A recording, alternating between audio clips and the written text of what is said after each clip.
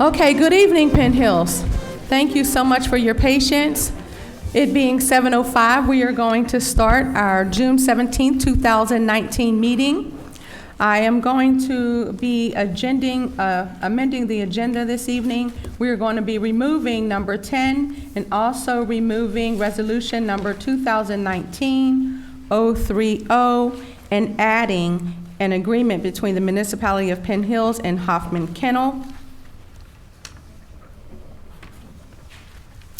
I'd also like to let you know that our mayor will be joining this meeting by way of telephone, so she is on the telephone this evening. She asked me to chair the meeting because she felt that it would be, since she can't see your face, it would be better if I chaired the meeting, but she can hear you. And if we need her to respond, she can do that also.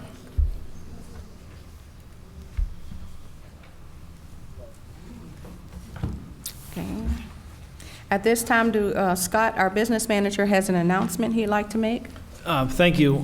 Thanks for being here and welcome. A few months ago, we initiated a search process to transition to a new finance administrative staff. As many of you may or may not know, Ed Schreckengost has been our longtime finance director for probably more years than he may want to admit. And Sherry Strayer, the assistant, assumed the function of finance director, and that's going to be happening in August. So she's taken the reins, and in the meantime, we initiated a search process for her replacement as an assistant director. And we were fortunate to identify a superb candidate. Her name is April Wood. She's in the audience here tonight. I'd like to just recognize her. You'll be seeing more of her in the finance office starting on Monday.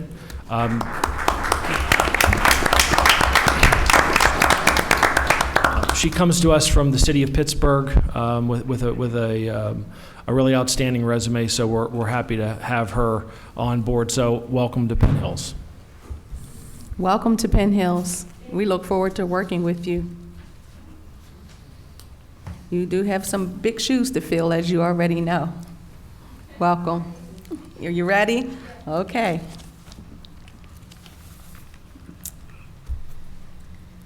Next on the agenda, we have a mayor's FYI. The mayor is not going to have an FYI this evening, but the deputy mayor does.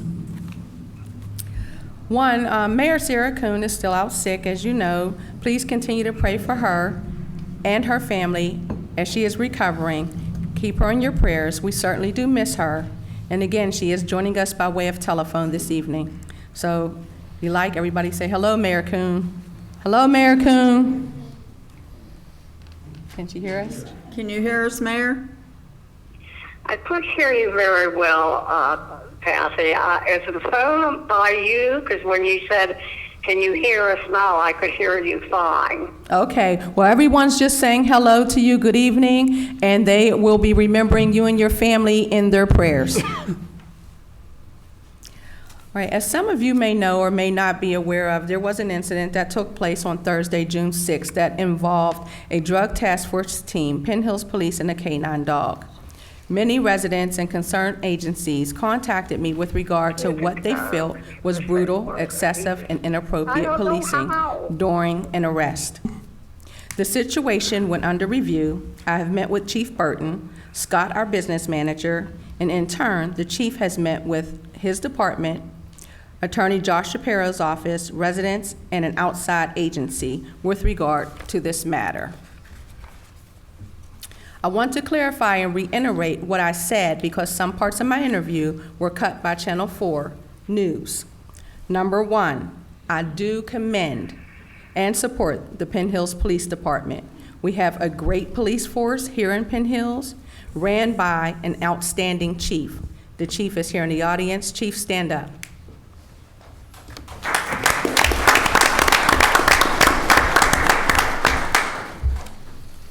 For the 27 years that I've lived in Penn Hills, I can say our force works hard to keep Penn Hills a safe place to live, work, and play. With the drug task force and any other incident that involves the state police, FBI, they have jurisdiction and they supersede our local police department. We definitely want and welcome the drug task force here in Penn Hills. We do not want drugs polluting our streets and neighborhoods. So we support the efforts of our local police and the drug task force. However, I do not condone police brutality or inappropriate behaviors. It hasn't been, and it's not going to be, in Penn Hills. We definitely do welcome the drug task force, and we do thank our chief for doing a wonderful job all of the years. Chief, I feel safe living here. Thank you.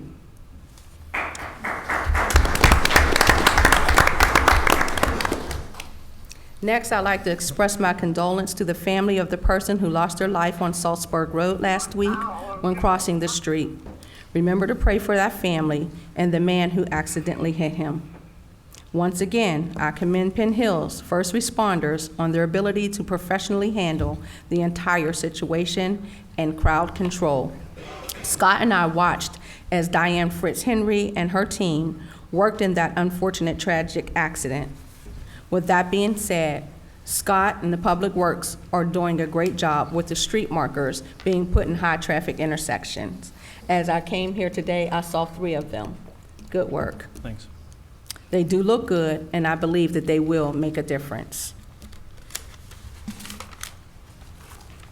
On a much happier note, I'd like to say congratulations to the Penn Hills class of 2019. We salute them and wish them all the best on their future endeavors. Let's just give the class of 2019 a hand.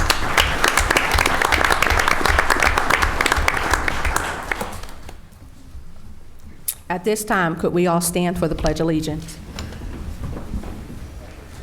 I pledge allegiance to the flag of the United States of America and to the republic for which it stands, one nation, under God, indivisible, with liberty and justice for all.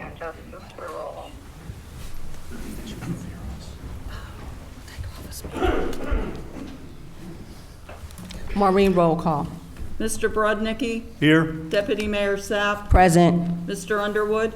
Here. Mr. Petrucci? Here. Mayor Kuhn? Here.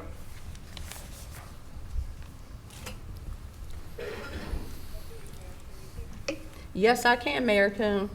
All right, thank you. You're welcome.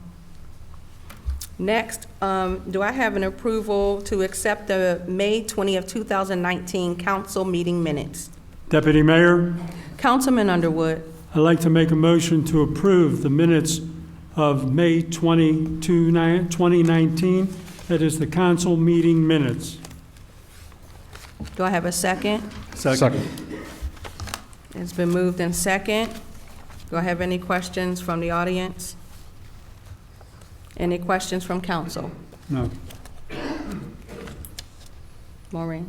Deputy Mayor Sapp? Yes. Mr. Underwood? Yes. Mr. Petrucci? Yes. Mayor Kuhn? I abstain, I wasn't at that meeting. Okay. Mr. Brodnicki? Yes. Next on the agenda, do I have a motion to approve the expenditures dated June 17, 2019? Deputy Mayor Sapp, Councilman Brodnicki. I move that we accept the expenditures of June 17th, 2019. 3 journal vouchers for $708,138.20. 9 CD requisitions for $83,775.65. And the master of 43698 to 43928 for $1,842,185.28 for a total of $2,634,099.13. Do I have a second? Second. Any questions from the audience?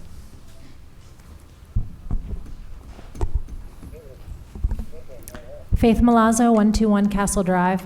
I'm just wondering, and I think I'm directing this towards Scott, people have been complaining about Republic and the service that they've given people, and I'm just wondering if people are calling the municipal building when this happens, like, for example, if their garbage is missed, or if they notice that the garbage workers, they drop things. So my question is, are people actually making these phone calls? And if they are, like, are you sharing this with Republic, and can anything be done? Or basically, are our hands just tied since we're under contract with them? Ms. Malazio, excuse me, Scott, we're actually on the part now where we are just approving the expenditures. Do you have any questions with regards to the expenditures? I mean, it's just related to the $200,000 that we're paying them every month and the $75,000. It's just, we pay them a lot of money. So it's in relation to that we're paying this much money, and I feel like not getting a good service. We do have a contract with them, obviously, and it's because of that they have to perform. So the contract spells out very clearly what their obligations are and what ours are. I would tell you that we frequently get complaints about the service. I think that's going to be common just because of the size of Penn Hills. And we get those usually by phone or email, and we follow up with Republic on a regular basis.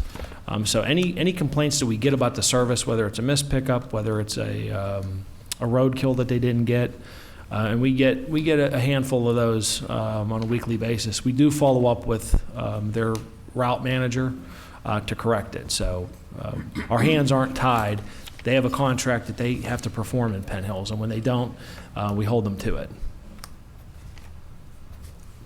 Any other questions with regards to the expenditures from the audience?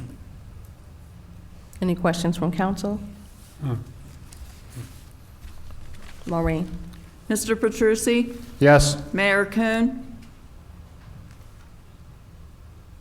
Mayor Kuhn? Yes. I'm sorry, honey, it's coming over very faint. Am I voting now on the expenditures? Yes. Yes. Okay, I vote yes on all expenditures unless there's something for Dawn Kuhn auto body that I abstain on such. Okay. Mr. Brodnicki? Yes. Deputy Mayor Sapp? Yes. And Mr. Underwood? Yes.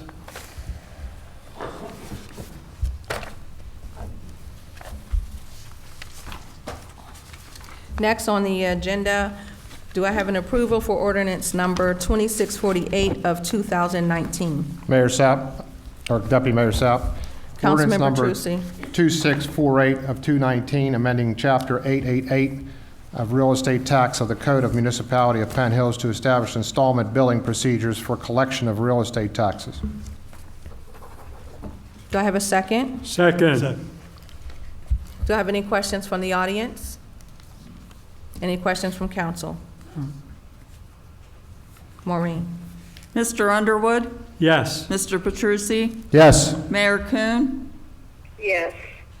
Mr. Brodnicki? Yes. Deputy Mayor Sapp? Yes. Next on the agenda, do I have a motion to approve the ordinance number 2649 of 2019? Deputy Mayor Sapp. Councilman Brodnicki. I'd like to make a motion that we approve ordinance number 2649 of 2019, authorizing the incurring of non-electoral debt in the purpose of providing funds for a refunding project and financing certain capital improvements by the issuance of general obligation bonds on one or more series in an aggregate principal amount not to exceed $8,500,000. Do I have a second? Mayor, or Deputy Mayor, I'll make a second. Thank you, Councilman. Any questions from the audience? Any questions from council? Deputy Mayor Sapp, could we Yes. have Scott, our manager, go over this a little bit and tell us more about it? Absolutely. Scott? I'd be happy to. Our bond counsel is actually here in the audience. If it's okay with council, I would like to defer to him on some of the questions. He can give us a little summary. Is that okay? Yes, that's fine. Mr. Healy? Yes. You just have to speak close to it. Okay. Okay, there we go. Good evening. My name's Patrick Healy. I'm your bond counsel. This is a issuance of two different series of bonds that are refunding certain of your currently outstanding bonds. So your 2010 A bonds are being refunded in their entirety, and your 2011 Series B bonds that are outstanding currently are being refunded in their entirety, much like you're refinancing a mortgage. Basically, the new bonds will be the same term as the bonds they're taking out, but they will have, but you're going to recognize savings through lower interest rates of then versus now in issuing the bonds. The savings will be at least 2%, which is a generally accepted threshold nationally for doing refundings, net of all costs, which puts you in the area of probably north of $230,000 in savings that you would realize doing this issue. It will probably close somewhere in the beginning, end of July, beginning of August. And that 200, some of that's for general fund and some of that's sewer fund, as I understand it. I don't have the specific breakdown, but they'll come from both sides. One's a taxable bond, which can be done, you can use the savings for anything, and the other's tax exempt, which would need to be used for capital projects only.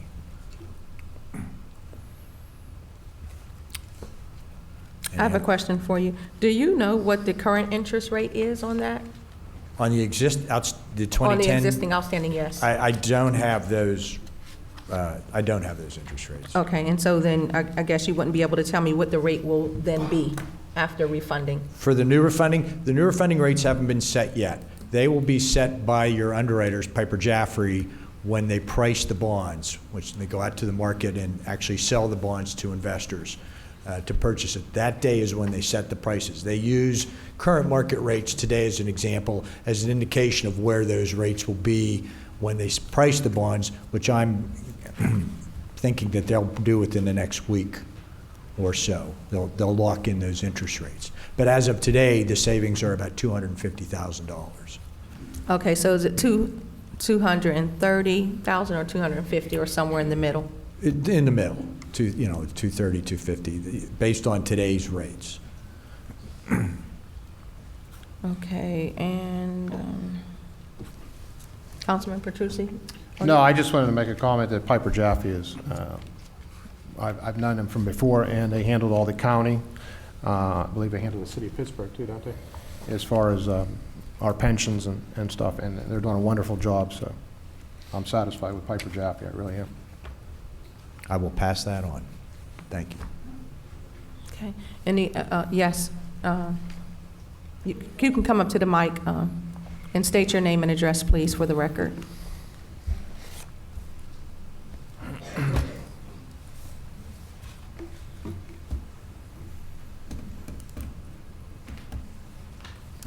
Good evening, thank you. My name is Pauline Calabrese, 142 Crescent Hills Road.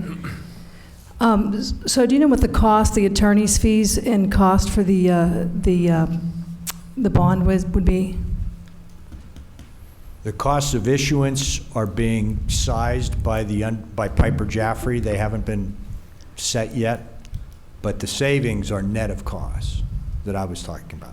So when you say net of cost, we're saying $230,000 overall, but we don't have counsel fees calculated? No. 230,000, again, After is an the fees. estimate based on today's rates, after everything is paid. That's what actually goes to the municipality. So do we have an idea of what the counsel fees are to have, for example, I guess, your firm's work? My firm's work is in the area of $16,000 for bond counsel fees. And you said there were 2 issuances, or is that just, so is that total? That's total. That's a total thing, yeah. Thank you. Yeah. Thank you, Ms. Calabrese. Okay, for 2. And just for clarification on the verbiage, when you say refunding, you mean refinancing? Right, they're interchangeable. Thank you. Any other questions from council? Okay, all clear. Maureen? Okay, Mr. Petrucci? Yes. Mayor Kuhn? Mayor Kuhn?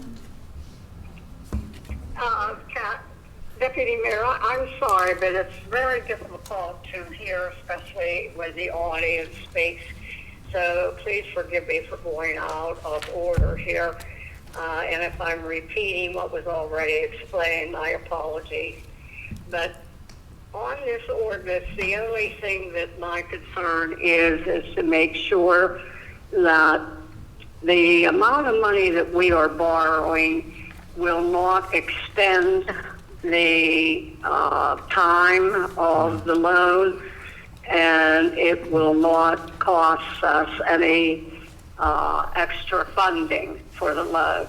It's my understanding from the information that I got that this is just a different financing company that is coming in and can give the municipality a better rate, therefore saving the municipality money, not extending any of the cost or the time.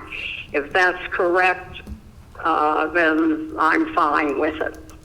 Mayor Kuhn, it's the same company, but I'm going to let Scott just give you that clarification. Okay.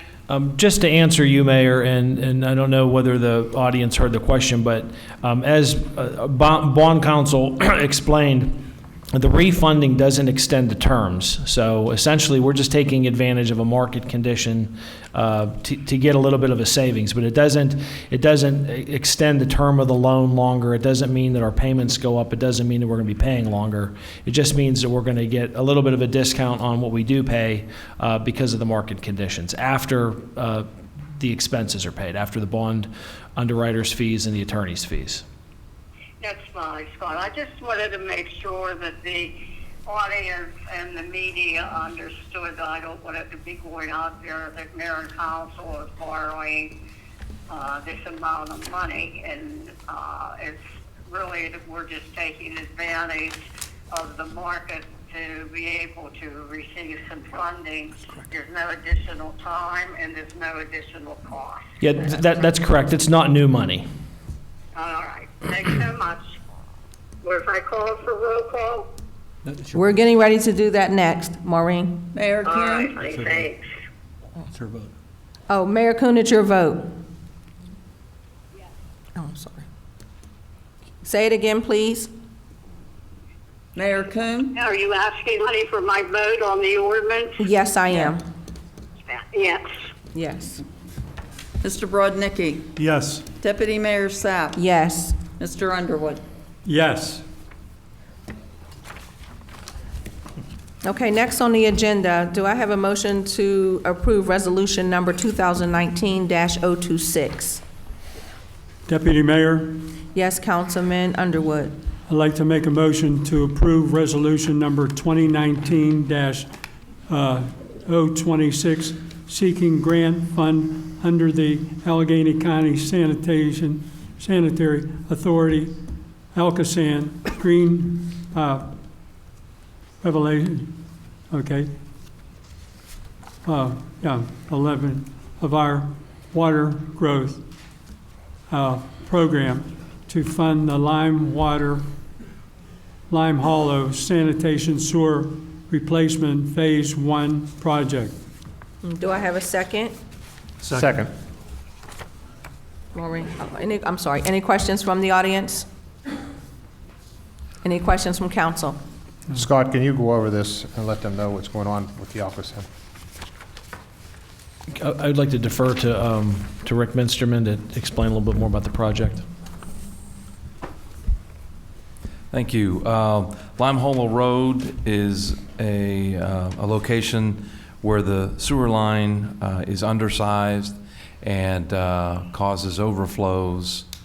This was probably 3 or 4, maybe 5 years ago. Sometimes they would close the road in order to keep it safe. The manhole lids would come off of the manholes, and then when the flooding stopped, Water Pollution Control Department would have to go and find the lids and replace them before they could open the road. So this was a project that was back in 2015 it was conducted, and there was a $115,000 grant that went along with it. Penn Hills paid $50,000 approximately for their share of the work. And what that did is it upsized the pipe enough that it stopped the overflows and it stopped the manhole lids from dislodging from their locations and keeping the road open. It didn't solve all the problems. The manhole lids still pop, but not in dangerous locations. So this resolution is required as part of a grant request through Alcasan. It's called the GROW program, and we're asking for a portion of the $50,000 that Penn Hills paid out of pocket because it reduced I&I, infiltration and inflow, which is the crux of the grant. So with that, we were able to prepare an application, and this is the resolution the council needs to include into the application to see what percentage we can get out of that $50,000 back. Thank you. You're welcome. Thank you so much. And that sounds good to me. Do we have a motion? Did we do that already? Did we second it? Yes. Okay. So council had their questions, and so Maureen, roll call, please. Mayor Kuhn, Mayor Kim? Yes. Mr. Brodnicki, Yes. Deputy Mayor Sapp, Yes. Mr. Underwood, Yes. Mr. Petrucci. Yes. Next on the agenda, do I have a motion to receive, approve resolution number 2019-027? Deputy Mayor Sapp, Councilman Brodnicki. I'd like to make a motion that we approve resolution number 2019-027, a resolution of the Municipality of Penn Hills, County of Allegheny, Commonwealth of Pennsylvania, seeking grant funding under the Allegheny County Sanitary Authority, Alcasan, Green Revitalization of Our Waterways GROW program to fund the Orange Street Sewer Lining Project. Do I have a second? Second. Any questions from the audience? Any questions from council? Deputy Mayor Sapp. Councilman Petrucci. Mr. Rick, any type of explanation you want to give us for this, or something you can tell us more than what we have just right here? You're pretty much in tune with all this stuff. Yes, this is also a grant program, which is Alcasan, once again, and the GROW program, which seeks to remove I&I and improve capacity for both transferring the sewage and also treating it at Alcasan. So that's why they have a vested interest in helping fund projects that do this. So there's a project called the Orange Street project, and that is a particular project that is estimated to be approximately $335,000. And we're looking to, in this case, since it's not a reimbursement, we're actually requesting a grant. We're committing the minimum amount that would be awarded. So what that means is the grant, the maximum grant award in these cases is 85%. So we're submitting a resolution that says Penn Hills will be willing to spend the 15% of the project if we get the 85% grant. Now, that doesn't preclude you from accepting a lesser percentage grant. You're only saying that if you got the 85%, you would contribute the grant, the 15%. So certainly worth the 85 cents on the dollar. And then at the time that the grant is awarded, if you decide, if it's not 85%, it's some lesser percentage, you could still decide to accept the grant and pay additional, or just not accept the grant and not do the project. Thank you, Rick. Any further questions from council? Deputy Mayor Sapp. Yes, Mayor Kuhn. Again, I apologize. I'm sure John was very thorough in going over this, but John didn't go over it. Rick did. But I just want to make sure, is this the grant that we've already received, one grant for $285,000 for? No, that's for the Lime Hollow project. This is a different project called the Orange Street project. That's the Lime. That's not the Orange Street. That was the Lime. The Lime Hollow one that we just voted on, that was the one that the senator gave us $418,000. Is that correct? Yes. was Yes. last I year. didn't think it was that That was much. last It year. was last year. Yes. Mayor Kuhn, yes, Oh, yes, that's that not that what we was voted last on, year. though. Right now, they're discussing the orange, So now we're discussing the one on Orange Street, is that correct? that is correct. Okay, did we ever receive a grant already for Orange Street or no? We're requesting it. No, We're no, ma'am, requesting we it. are requesting that. Okay, so this resolution is just for asking Alcasab for a grant for the waterway program for Orange Street, is that correct? That's correct. Okay, my vote's yes, honey. Okay. Thank you, Mayor Kuhn. Maureen? Okay, Mr. Brodnicki, Yes. Deputy Mayor Sapp, Yes. Mr. Underwood, Yes. Mr. Petrucci. Yes. Next on the agenda, do I have a motion to approve resolution number 2019-028? Deputy Mayor, Councilman Underwood? I'd like to make a motion to approve resolution number 2019-028, approving the Community Development Block Grant Program Action Plan Homegrown Program and Budget for 2019. Do I have a second? Second. Any questions from the audience? Any questions from council? Mayor Sapp, can I speak to this? Yes, you may. I'm pleased, the planning department is pleased to submit the 2019 annual action plan, which includes the community development block grant budget and the home program. And this year, the community development block grant budget is $749,721. That will go towards street reconstruction, uniform accessibility standard improvements at the community centers, demolition of vacant structures. We have 3 food pantries. In addition, we also fund, we purchase cars for the Senior Service Center for their home delivered meals program, which delivers meals daily to 240 senior citizen residents in their homes. The home program, we're going to get about $100,000 this year, and we've been receiving this. And I want to tell you a little bit about that. It's been a very successful program. We're really proud of it. So far to this date, we have 19 applicants, we've gone to 17 closings. So we've assisted 17 low-income families in purchasing a single-family home in Penn Hills. The program gave down payment and closing costs up to $14,500 for a total of $141,256 to purchase $1,355,000 in single-family homes in Penn Hills.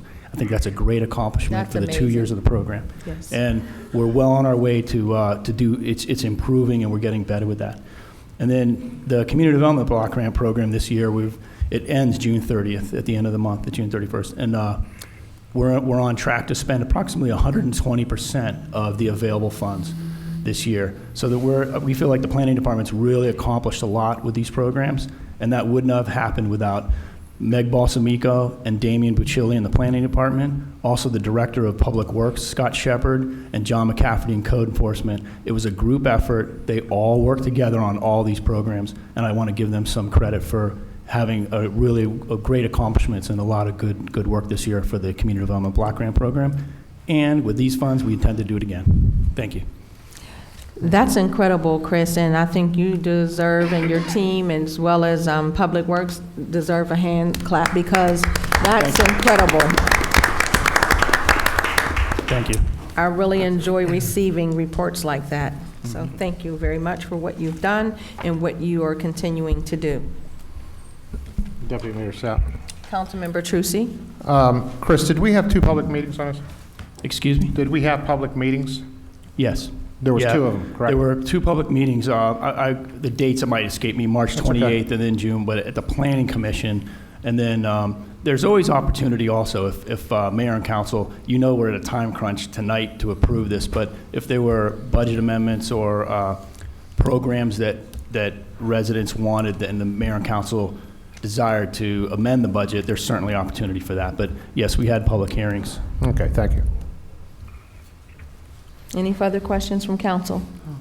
Maureen? Deputy Mayor Sapp, Yes. Mr. Underwood, Yes. Mr. Petrucci, Yes. Mayor Kuhn, Yes. Mr. Brodnicki? Yes. Thank you.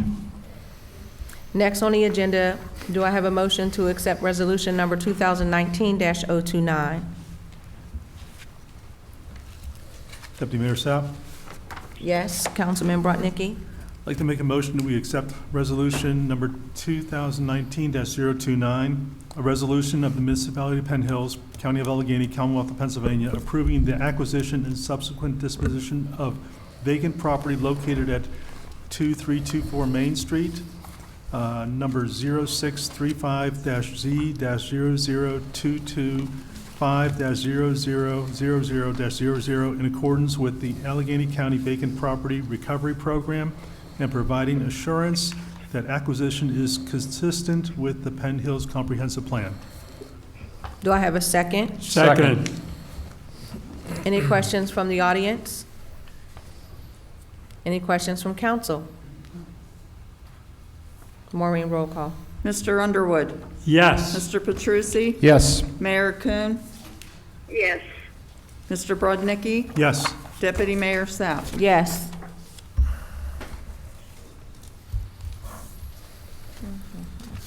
Okay.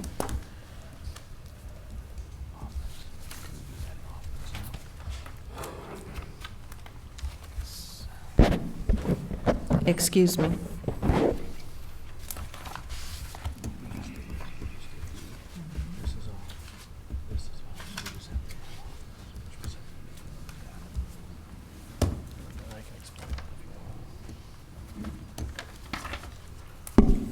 Okay, at this time, we did add to the agenda an agreement between the municipality and Hoffman Kennel. So I'm going to ask our business manager, Scott, if he would give further information and clarity to the audience as well as council.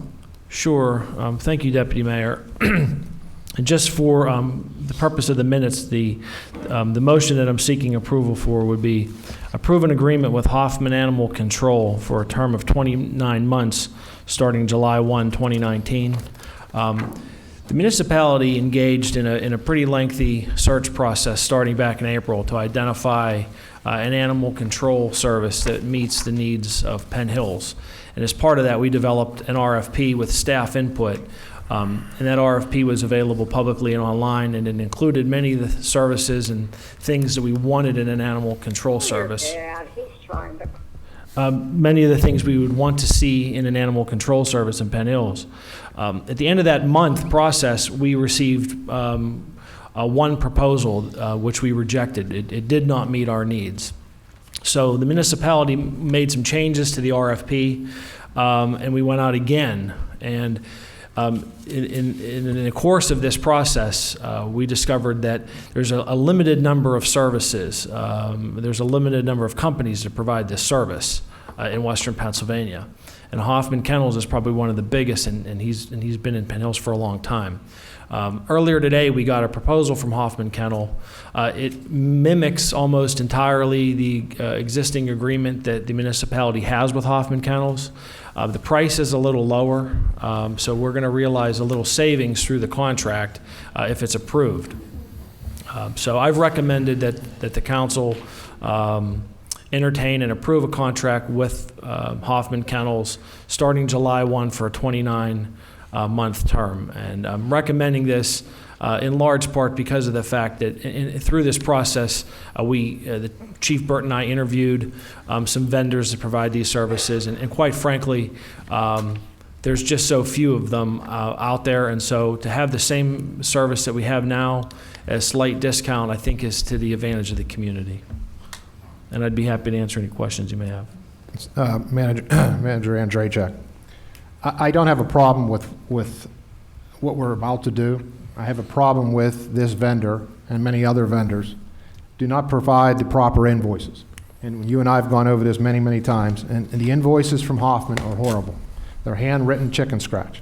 We can't understand what they're doing throughout the 1 month. And I realize we're getting a savings on this, and yes, it's the only agency out there that we could possibly get. We've tried many, many, many times to get somebody else, and we can't. I went out on a limb and asked different animal activists to come and help us. I put it out on social media. We got one company that came out and they failed us.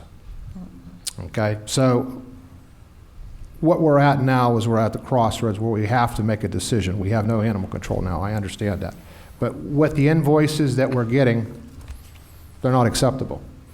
And I think we should table this for 24 hours at least until you get a phone call through to Hoffman and we find out if he'll be in agreement to do something with his invoices so we can read them.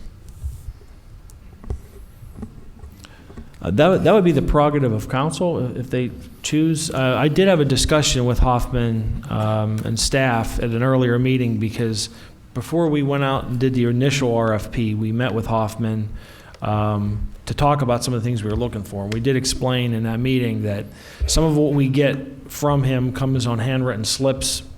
It's a sort of an antiquated system. They told us at the meeting at that time that they wouldn't have a problem taking those slips and summarizing them in some kind of a typewritten form so that we would get a detailed invoice from them.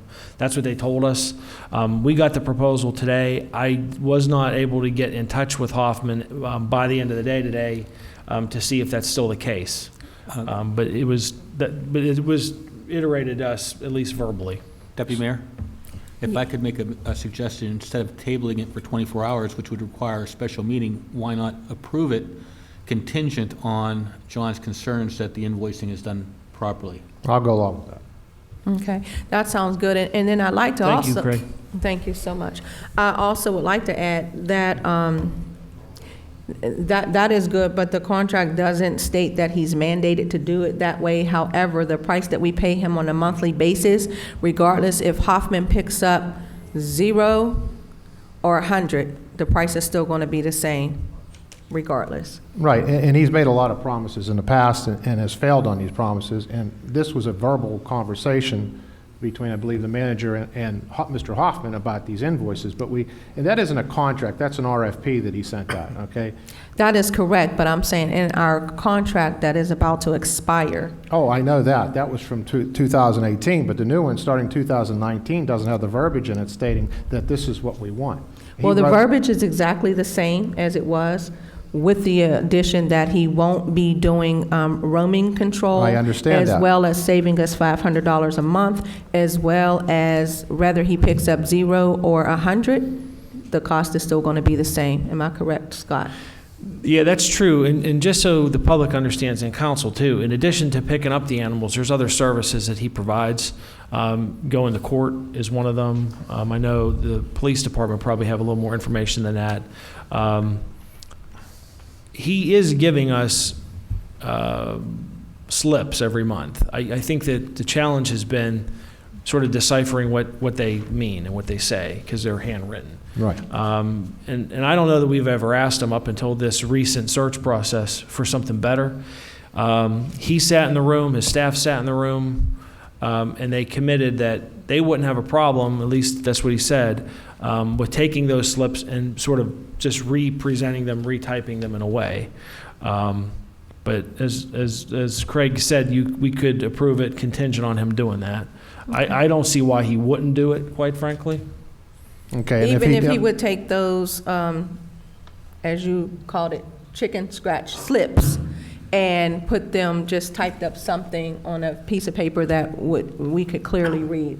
Would that be acceptable for you? Yeah, I mean, I'm not asking him to do a monthly report, just something that we know how many dogs per month he picks up, what happened to the dogs that they didn't find the owners for. It's just something general in nature. How many dogs? We don't know what he's doing per month for 2000. Because we can't read the invoice. Because we can't read the invoices. Okay. And how many times he went to court? And how many times he like went to that. court? How many times did he visit the police station and pick up dogs? What times of the day? Okay, but I do want to clarify that regardless of if he does nothing or if he does a whole month's worth of work, Right. the cost is still the same. Right, and we're out of savings right now. I do agree with you. Okay. And let me ask Craig this while in open forum. If he defaults in 30 days, we can yank the contract again. If he agrees to that contingency I and know. defaults, that would be for cause, absolutely. Whatever the language in the contract speaks to for cause, you can terminate. Okay. So what we are asking, Scott, is if you would kindly call Mr. Hoffman tomorrow and get a written agreement stating that he agrees to give us something that we can read and understand, not a handwritten invoice, but something just typed up on the computer with a signature. Yeah, I can do that in the morning. And as I said, I did try to reach their office. I got the answering service because it was after 5 o'clock. But I can call him in the morning, and if he's agreeable to it, I'm sure we could probably put that as an addendum with this agreement in some fashion. That's fine. Okay. Maureen? Mayor Kuhn,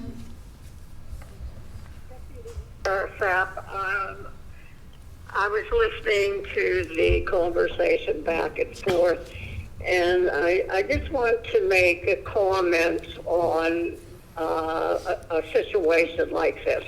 First of all, this shows tremendously how government and our residents and taxpayers work together. Now, Brittany Norris brought this up probably 10 months ago, and there's no one more passionate or who has more concern for animals than Brittany.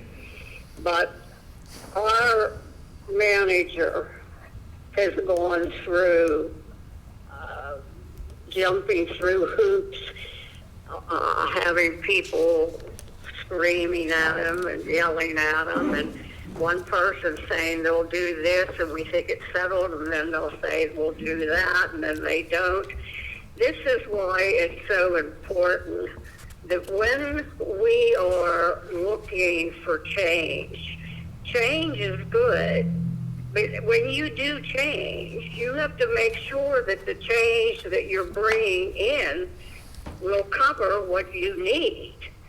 There was no one, and believe me, mayor and council and Brittany and the managers searched high and low, and there weren't anyone who we could have come in to do dog control.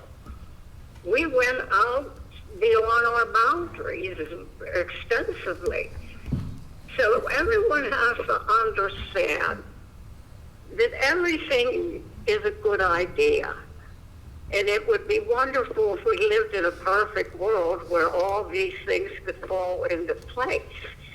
But we are the council people. We have to make the decision that the taxpayers pay for. So we cannot go by what our compassions are. We have to go by what reality is. And the reality is that our manager tried numerous institutions to do this work. And if we want to have XYZ, that would be wonderful if it was out in a field where you have 10 people who are bidding on it. But that is not the case here. So we have to be careful and make sure that before we make a change, we know that there's a possibility and that we are able to make that change. Now, everybody might not be happy with it, but if it's the only choice that you have, then sometimes you have to take the bad. But I do want to commend our manager because I've gone through the meetings and gone through the phone calls with him. And this has been a very difficult situation to try to resolve. And it was resolved, and then it ended up that when the person said they were going to do this, 2 days later, they said, oh, no, well, we don't do that. Well, we have to have a place for our animals. And so we have to go with what we can get. But I commend Brittany, and I commend the manager.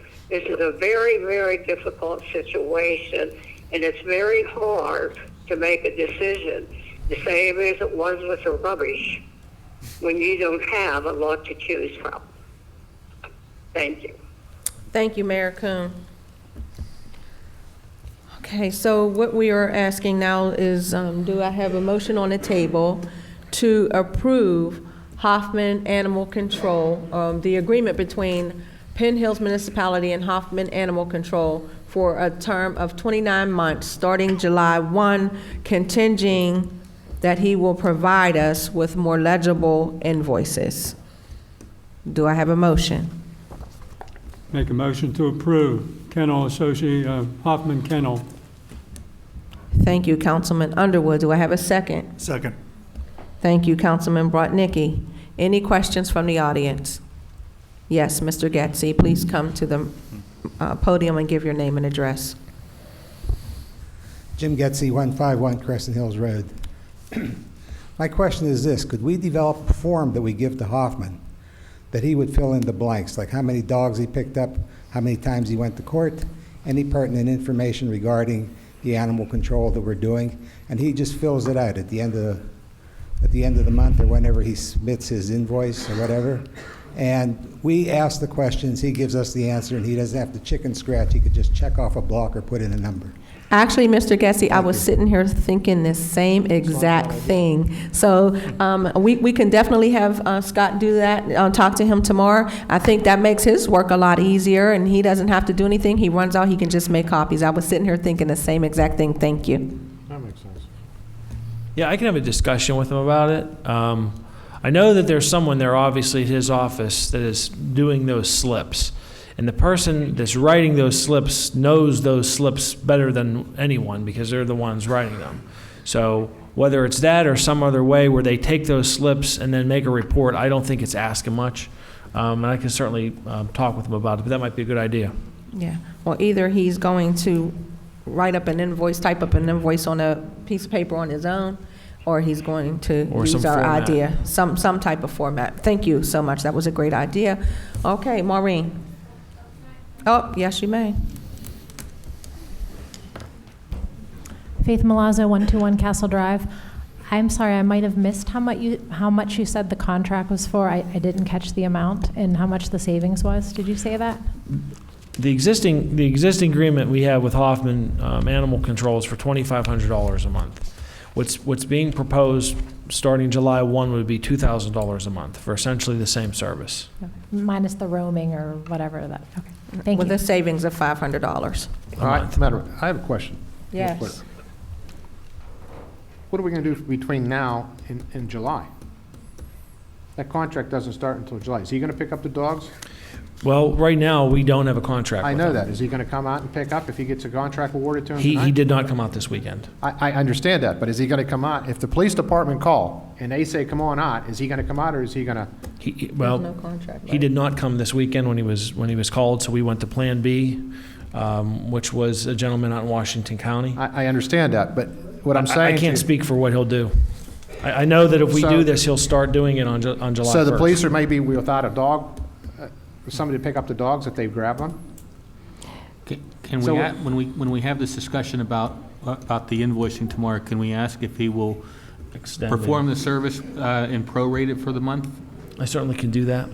So that would give us a Some coverage for prorated next service week. for, what, there's 2 weeks left? Today's the 17th. We have like 2 weeks? Through 2 next weeks, week. right. Okay, so about 2 weeks. Okay. Okay, Maureen. Mayor Kuhn? Deputy Mayor Sal, Yes, Mayor Coon? can you just confirm what has taken place in this conversation for me? Are we changing something for before we vote? No, we're not changing anything. What we are doing is just giving Hoffman Kennel a contingency to give us a different format in the way that he's been sending invoices.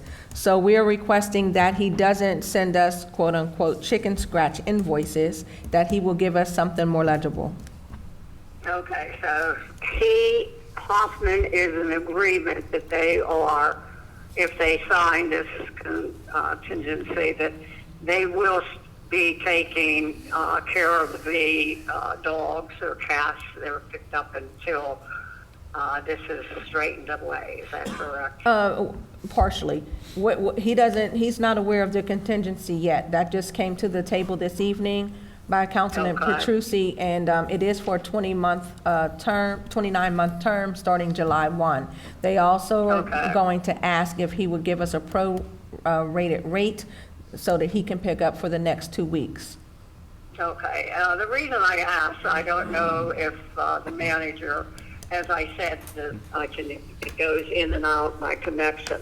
but I didn't know if the manager had explained the situation that we had with a dog that was vicious, and the one company who was going to bid on the contract was called, he would not come out.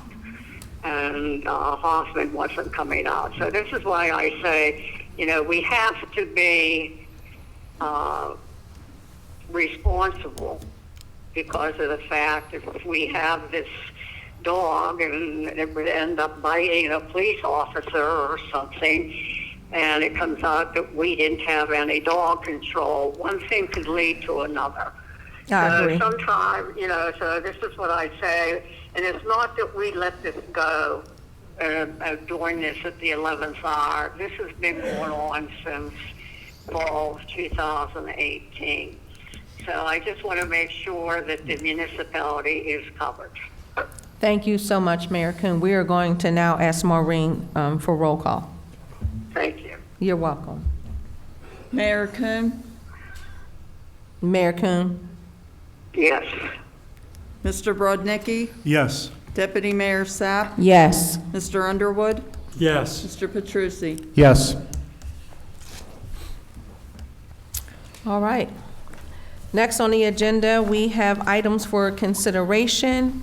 At this time, I am going to speak first, and I have an item for consideration, and I would like to, for Scott to possibly address the Penn Hills progress and to find out why only half of Penn Hills is being served with the paper when all of Penn Hills residents should receive this newspaper. So Scott, would you please look into this and have an answer for me as soon as possible? Absolutely. Thank you so much. Deputy Mayor Sapp. Councilmember Trucy. I'll start with my laundry list for tonight. Okay, you're on.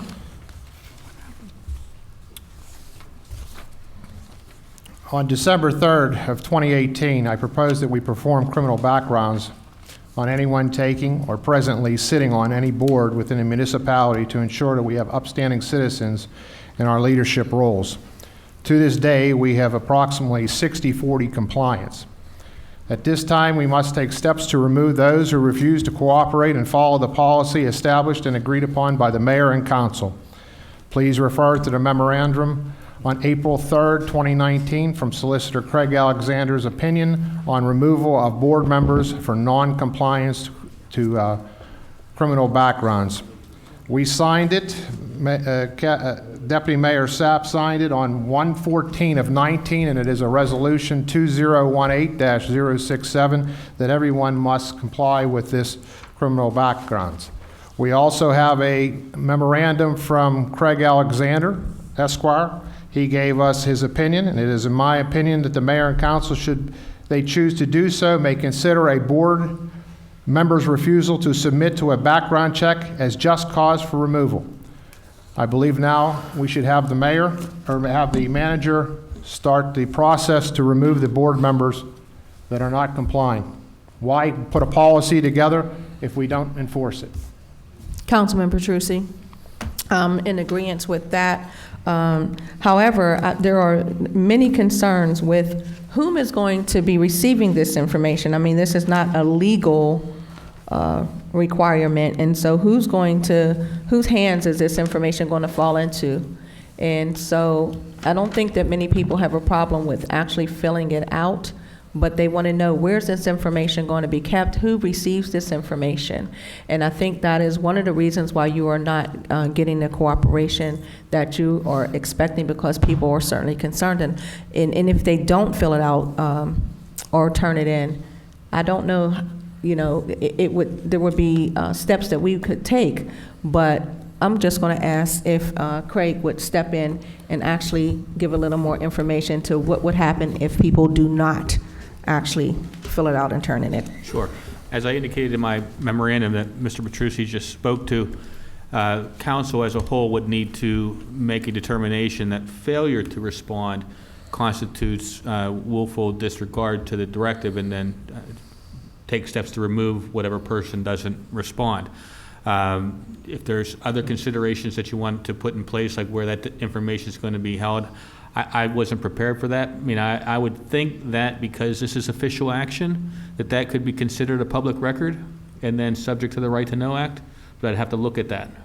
It does involve criminal investigations, which are exempt from the right to know. So I'd need to look at that issue, which I haven't looked at prior to today. But should council as a whole determine that that's willful neglect for failing to perform a directive of council, then council can decide that that's something that could constitute removal. But that would require mayor and council to have a vote on that and a majority vote on that. Okay, and so you will look into that? I will look into the right to know issue, yes. Okay, because there are some things that is just not the right to know. What's the other consideration? Oh, your social security number, your date of birth, I just don't agree. I All just of that, don't believe all of that information. that should be into the public's hands. It's not. That's very. Excuse me. If you would like to speak, I'll give you an opportunity. You're welcome. It is not. It is not. The case law from the right to know in the courts is very clear that that's called personal identifiable information, which is confidential and cannot be disseminated to the public. And so whose hands will this information go into? I don't think that ever, Well, Mr. Alexander would have to make a determination on how we're going to proceed forward on this, and then us as a whole are going to have to make that decision in an executive meeting. Okay? okay. Thank you. My next, yes. my next item. Yes. For all personnel hired by the municipality or on boards that represent the municipality that claim prior military status, I would request that mayor and council set policy that all personnel hired or on any boards of the municipality furnish a DD 214 for verification of military service. That form is basically telling the date and place and the entry of active duty when they served in the armed forces. And I'm sorry, I will furnish these copies of these to mayor and council. I didn't have time to get them copied before the meeting. My third item is, in reference to the fire monument to be erected, I believe that the firemen of Penn Hills should have complete control of the site of the second footer. Also, these brave men and women should have the right to erect the monument that they choose. I stand behind the firemen of Penn Hills as I did the police officers in Penn Hills in the erection of their monument. It is a time that we let the firemen build what they see fit to honor the ones that lost their life in the line of duty. With that said, I believe that we move forward and let them get started on the Fireman Memorial. They have submitted their intentions and have the funds to proceed. I suggest we vote now to approve the monument on the firemen, and I vote yes. In the past 2 months, we have 2 tragic pedestrian fatalities in our community, both occurring not far from each other. While both investigations remain ongoing, and it is impossible to know if any safety improvements could prevent either incident from happening, I'm requesting that we conduct a traffic safety study to see if any safety improvements are necessary. Please consider the following. I would like our municipal engineer to conduct a traffic safety study and pedestrian safety study on the entire length of Hershey Road. I have previously contacted the Allegheny County Public Works regarding the intersection at Universal with Hershey. They have informed me that the county police it's the county police and that the municipality must conduct such surveys of county roads and then forward them on to the county for review. Therefore, I'm requesting our municipal engineer conduct a traffic and pedestrian safety study on Universal in the area of Hershey and Thompson Run to Deerfield. I'm requesting Manager Andrzejczyk contact the Pennsylvania Department of Transportation regarding Salzburg Road.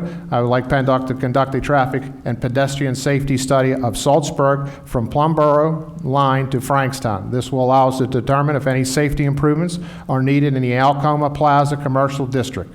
This intersection with Hershey, the area near the library and entrance to Linton, and the commercial district near Leechburg Road, all which have high amount of pedestrian traffic. PennDOT provides this service is free to the municipality, but the formal request must be submitted by the manager.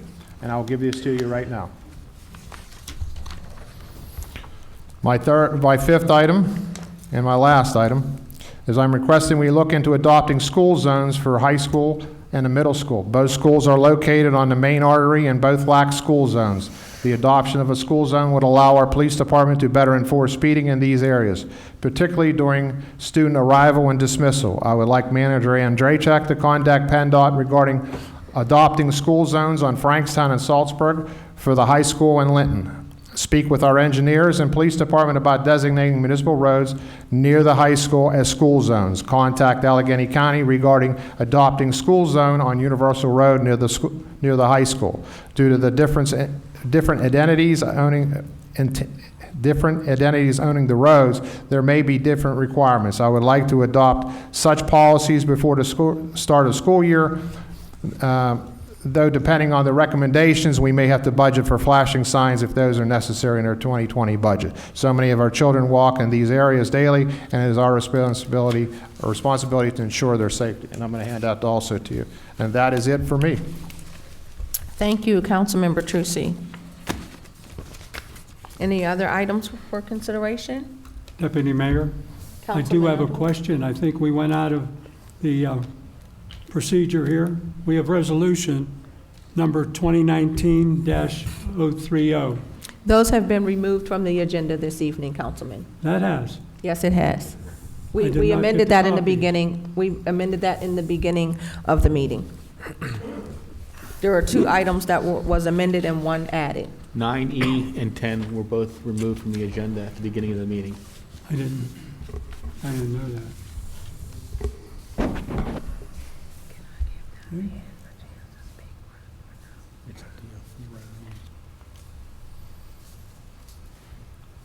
The gentleman that was beginning to speak in the plaid shirt, I promised to give you a moment to speak. You have that opportunity if you still wish to do so. You may come to the podium, give your name and address, please, for the record.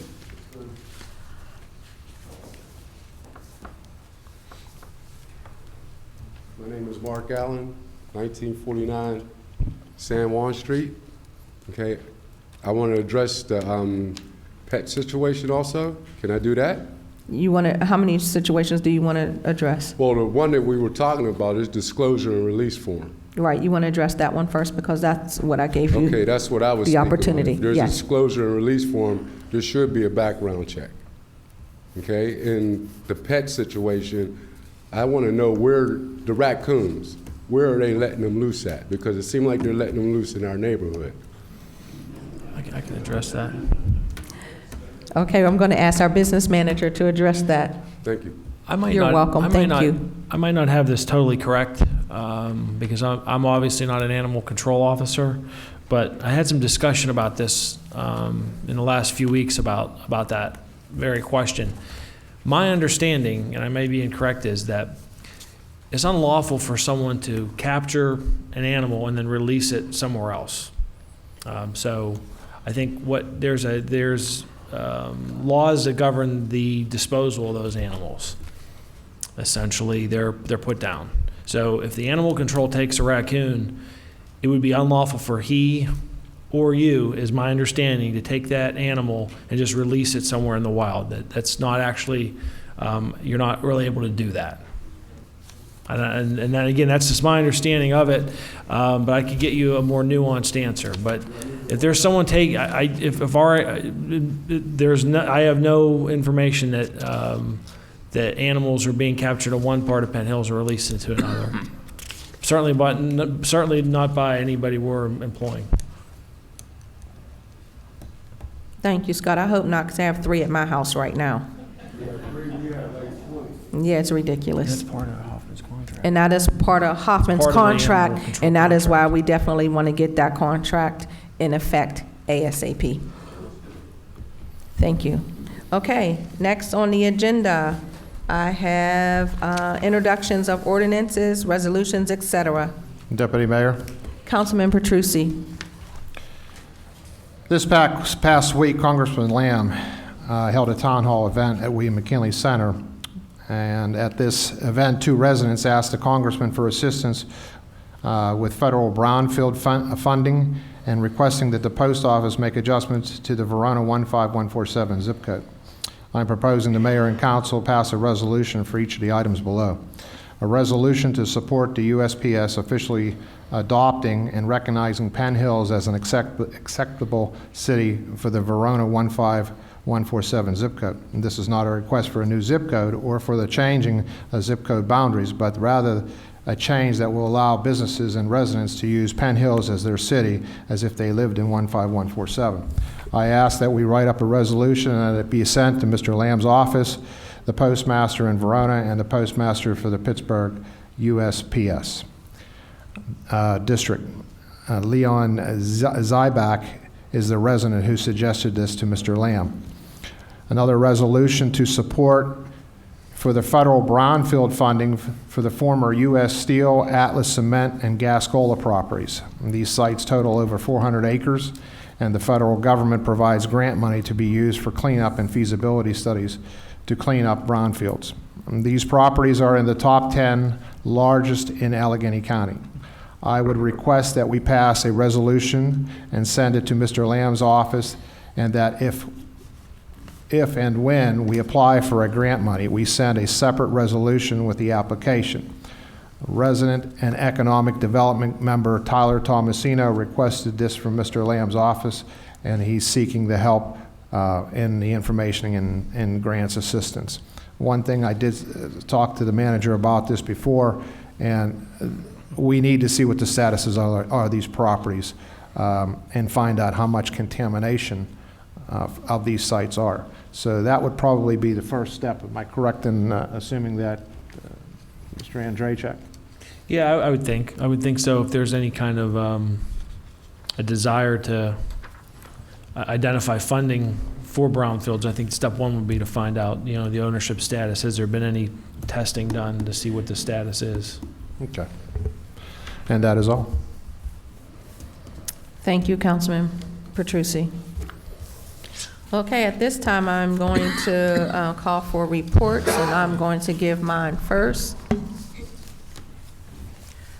So I'd like to report that the Memorial Day Parade and its new route was a success. The streets were lined with people anticipating the parade. It was exciting to see that they were excited. The new route offers many residents a front row VIP seating due to them living right on the route. So many residents were very excited as they sat on their porches and awaited the parade. We do look forward to making the parade better next year. Of course, this was the first time that on this route, we actually marched on this route. So there's few little kinks we need to work out, but not many. As usual, John Scaglione and his team did a great job, and we are working to make it even better for next year. Communication between Penn Hills administration and residents is consistently getting better. Has anyone seen the billboard on Frankstown Road? The big billboard that highlights the dates and summer events for Penn Hills. Has anybody seen it? Across from the cemetery. Across from the cemetery, correct. Do you get excited when you see that billboard? No? It's very informative. It gives information about what's happening in Penn Hills. I think it's great for residents and non-residents alike. It lets you know what we are doing and what our upcoming events are. So I think it's wonderful, and it's a great way of communication, not only to our residents, but also to our non-residents.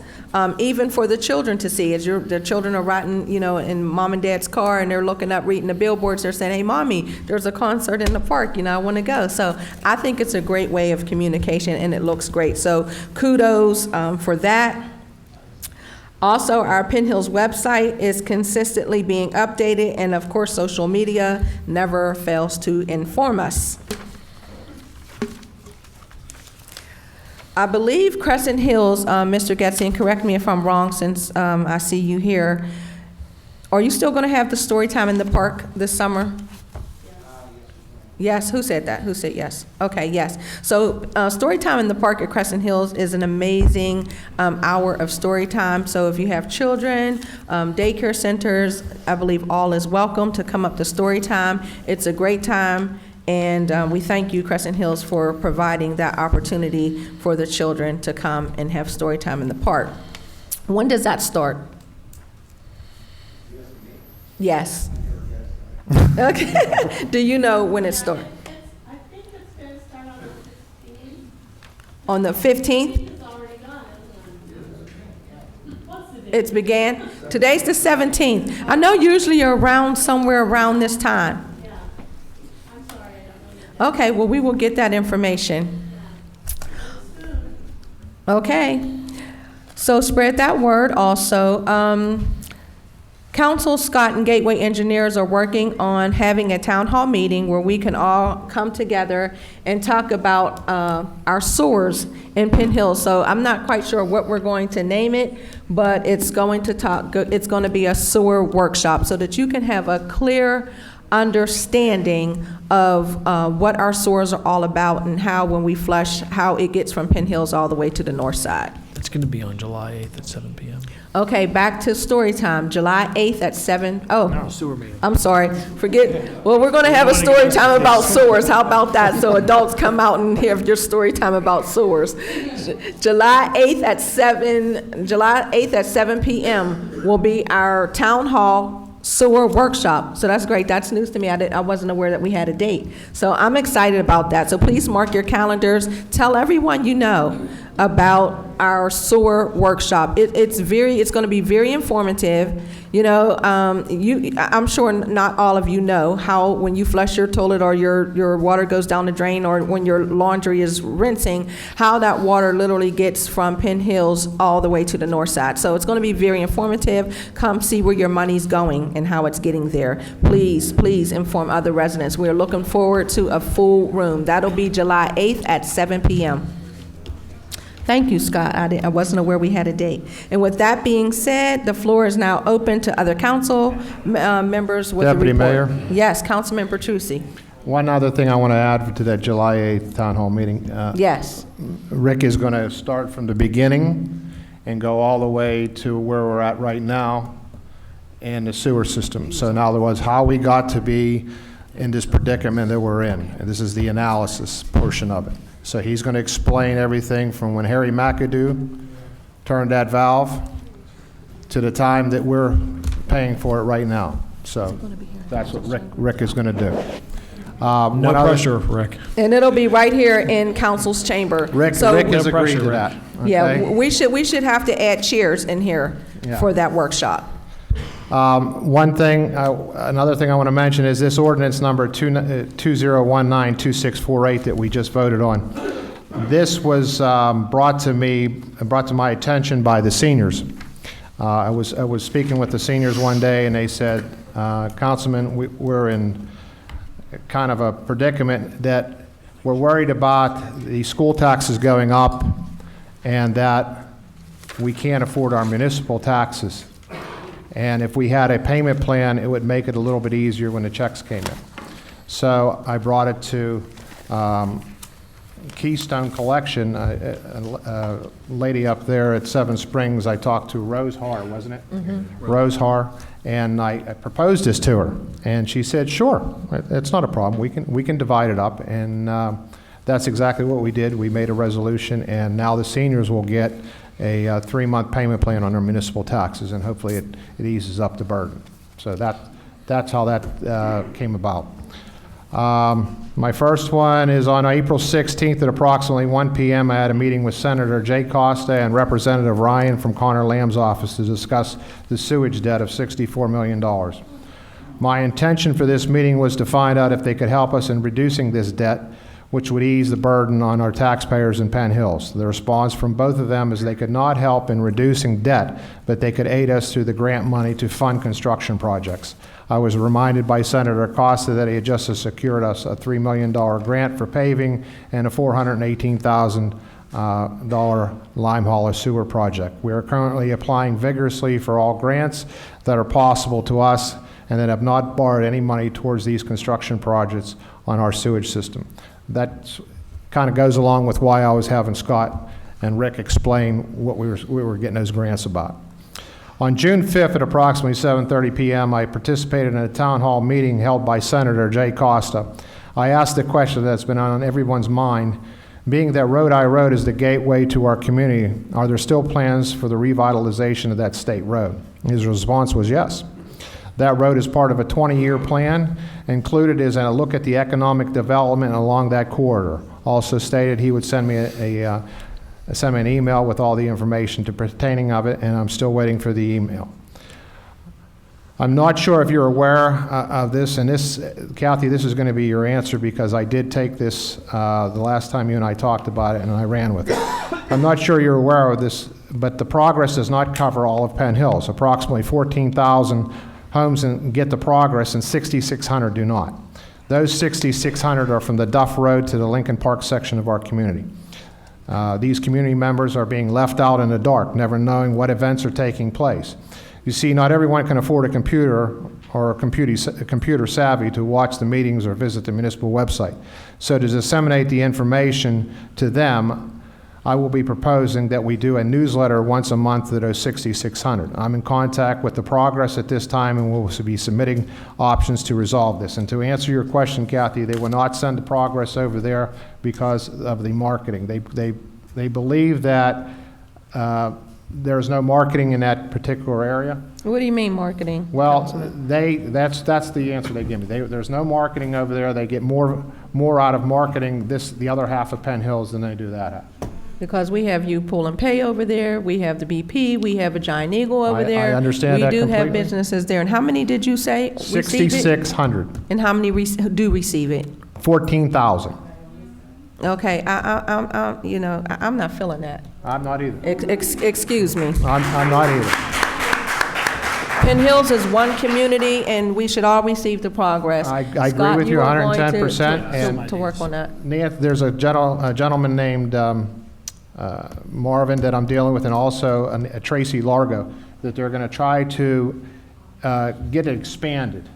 So I'm working on this. Okay, great. Okay. Continue to work on it, and I mean, Because either we all get it or nobody gets it. I had this conversation with the Williams family, which are sitting in the front row, and they live over that way, and they weren't informed of anything that was going on in Penn Hills. Some people don't even know we have light up night. They don't know who the mayor is. They don't know who the council people are. They didn't know we built a new municipal building. So we have to get something out to that area of town so people are informed, whether it be the progress. If they refuse to do it, then we need to get a newsletter, and we need to pay for it. If those 6,600 people pay taxes just like everybody else, and they need to be informed. Absolutely, and you Pull and Pay, and when I look in the progress, they have a huge advertisement. I mean, that's the way. There's no more that we leave people out in the dark in municipality of Penn Hills. We have to include everybody in there. That's right. Okay.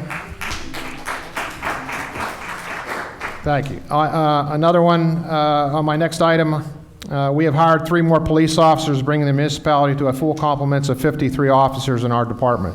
There's an allotted amount of officers that the municipality can have for the tax revenues being generated from 42,000 residents. But rest assured, according to the shift supervisor, that is the perfect amount needed to protect and serve our community. Last but not least, I would like to talk about the Memorial Day Parade. Now, so nobody takes this out of context, I love parades. Participated in them as a deputy sheriff, and I think we should have more parades, such as a Heritage, a Columbus Day, and even a St. Patrick's Day. But what I'm not happy with is the enticing groups to participate in the community parade by paying them. Yes, it was a shock to me when I found out that we pay groups to march in the parade. On this particular parade day, we honor the men and women who serve currently in the military, who lost their lives serving. It is not for the support of the community, then the groups should come for those brave men and women in the military. The way we have structured payments to these participants need to be restructured. So next year, I will propose that we start early and solicit groups that we want to support our parade free of charge and entice people in the community to build floats and enter them for prizes. We need to go big. This is an awesome community, and we need to go big. Bring in activities for kids, clowns, bouncy houses, petting zoo, bring in the military marchers, the Shriners, the Sheriff's Department, county horses, and anyone you can think of to make it the best parade in Allegheny County. But we need to get started now. If you would like to volunteer for the parade, contact Manager Andrzejczyk, and I'll be the first one to volunteer for the committee. Okay? Very good. Very nice. And I believe that's it for tonight. Well, that is not it, Councilman Petrucci, but that's it for your report. Thank you so very much for your report. Any other reports? Deputy Mayor, Yes, Councilman. unless it was scratched again. But on number 10, agreement, is that still on the schedule? 9E and 10 were both removed. Did I miss this paperwork? Mayor Kuhn, They announced it at the beginning of the meeting. do you have anything to report, Mayor Kuhn? I have some statements I'd like to make. First of all, I want to thank everyone who was so thoughtful and kind to me during my illness. All their prayers and cards and personal stops was truly, truly memorable for me, and I'll never forget it. And I want to thank my manager for, he had texted me on a daily basis, if not more than once a day, to keep me informed on what's going on. And of course, I want to thank Deputy Mayor Kathy Sapp for stepping in for me when I was unable to perform my duties. I am better, thank the Lord, and I will be back in July. But I did want to acknowledge that everyone was so kind, and I am appreciative of it. Now, I know that next I'm going to look into some better system for when you're on the telephone, because the one telephone is not picking up everyone, especially the people who are speaking in the audience. I do want to make a comment on the parade. It is very special to me. It was very difficult for me to miss it because it was the last one that I would be overseeing, but I heard that Kathy did a wonderful job. I have asked my deputy mayor and my council people to work diligently to make the parade much larger and much more of a success, because of the fact that we honor our veterans. There's not a lot of communities that do that. We have the room now with our new facility. I had suggested to have clowns riding around and giving out candy and having different things like with the fire trucks and the public works vehicles, things that we can do to have the people stay after the parade and have the children want to come and make Penn Hills Memorial Day something special. I also, I cannot hear the speaker, so I am going to just make some comments on the citizens to address council, because I won't be able to hear what their comments are. I know that Joanne Alexander is on the list. I'm assuming she's in the audience, and I spoke with her several times. I've also spoke with my chiefs with the fire department. This monument, the firemen and the veterans, is a very, very special way of Penn Hills thanking everyone for their services. Now, it's my understanding phase 1 is completed.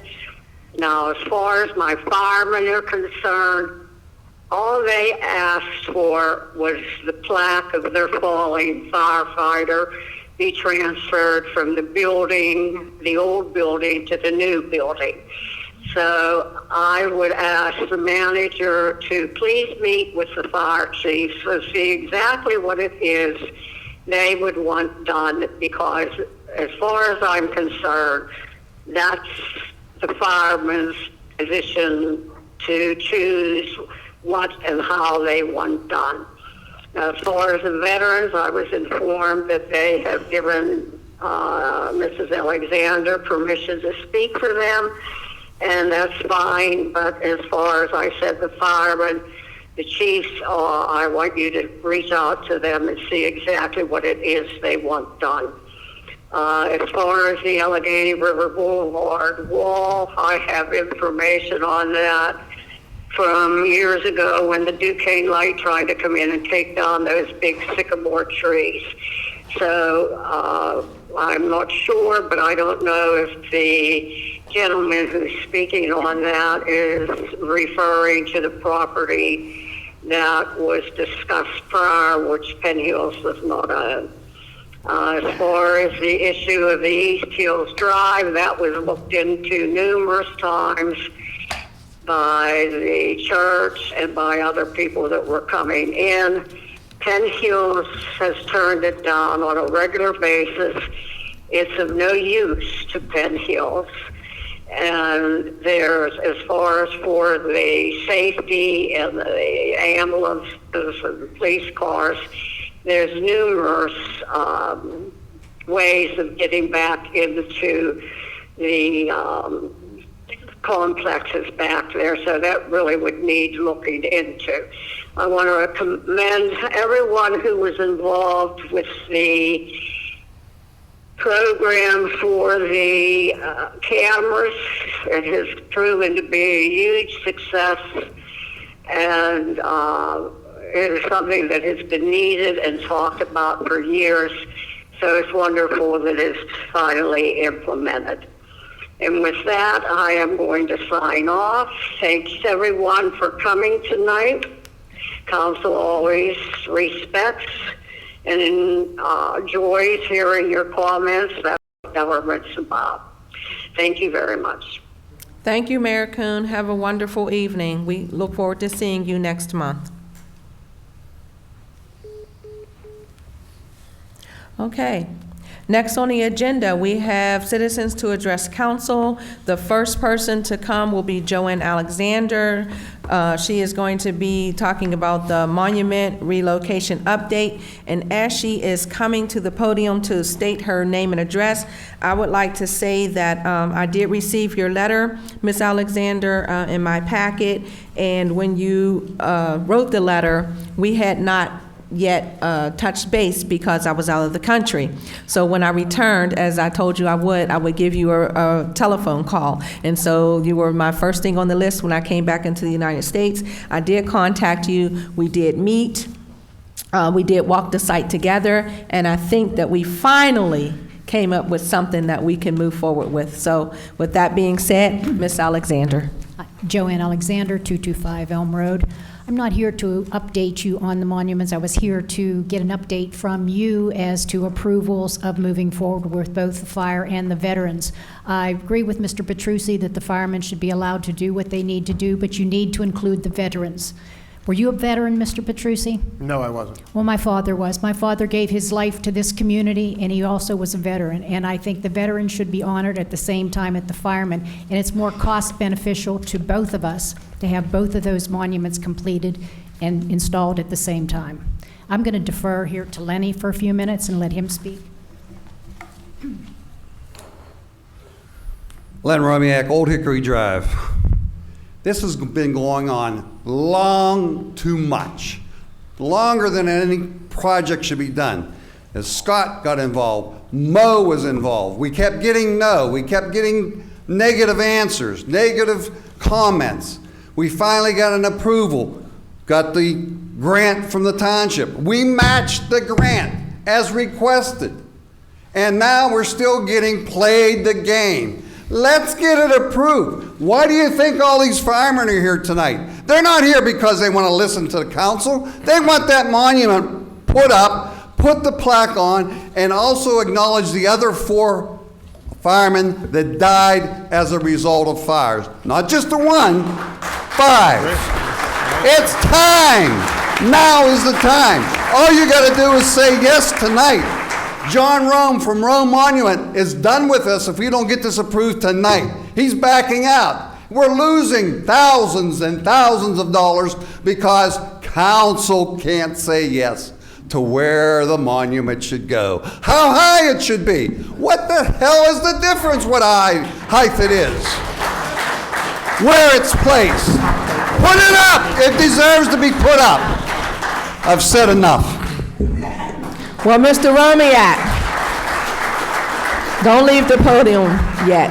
Don't demand me to do anything. You might ask me, but don't Yeah. demand me not to. Well, please don't leave the podium yet. I'm just asking you not to leave the podium at this time. So obviously, you missed out on the memo. The what? And you missed the memo and the lack of communication between Ms. Alexander and myself. You mean Mrs. Alexander? Mrs. Alexander, Joanne Alexander, however you like to address her. Well, she's not a miss, she's a miss. Well, she can be. Proper etiquette, she can be a miss. I'm not going back and forth with I don't think you. for the last 30 years she's been. Mr. Romiak. 50 years. Mr. Romiak. Yes, go ahead. Thank you. Joanne Alexander and I met last week, and we talked about the Veterans Monument. It is very important how high that monument can be and should be, and I'm talking. It is very, excuse me. It was the fireman's monument you talked about. You talked about the firemen. You talked about the firemen. It's nothing to do with the. I'm glad to have the mallet this time. You can. Thank you. You can rule me disorder to leave. I don't want you to leave. I want you to be quiet. Then don't interrupt me. No, I'm talking, so you're interrupting me. Now, please be quiet and please be in order, like I know that you can. Thank you. I know this is a sensitive matter, and we are trying to move forward with it. Now, I wish that Ms. Alexander would have welcomed you to our meeting that we had last week, and maybe you wouldn't have came with all this fire this evening.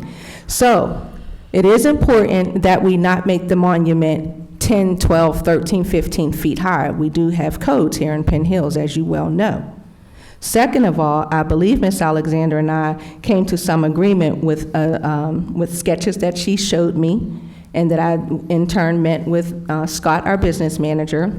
We came to some agreement that they are acceptable. However, Ms. Alexander now is no longer going to be working with the fire department. I've spoke with Bernadette Rose, and the fire department is going to be handling their own monument.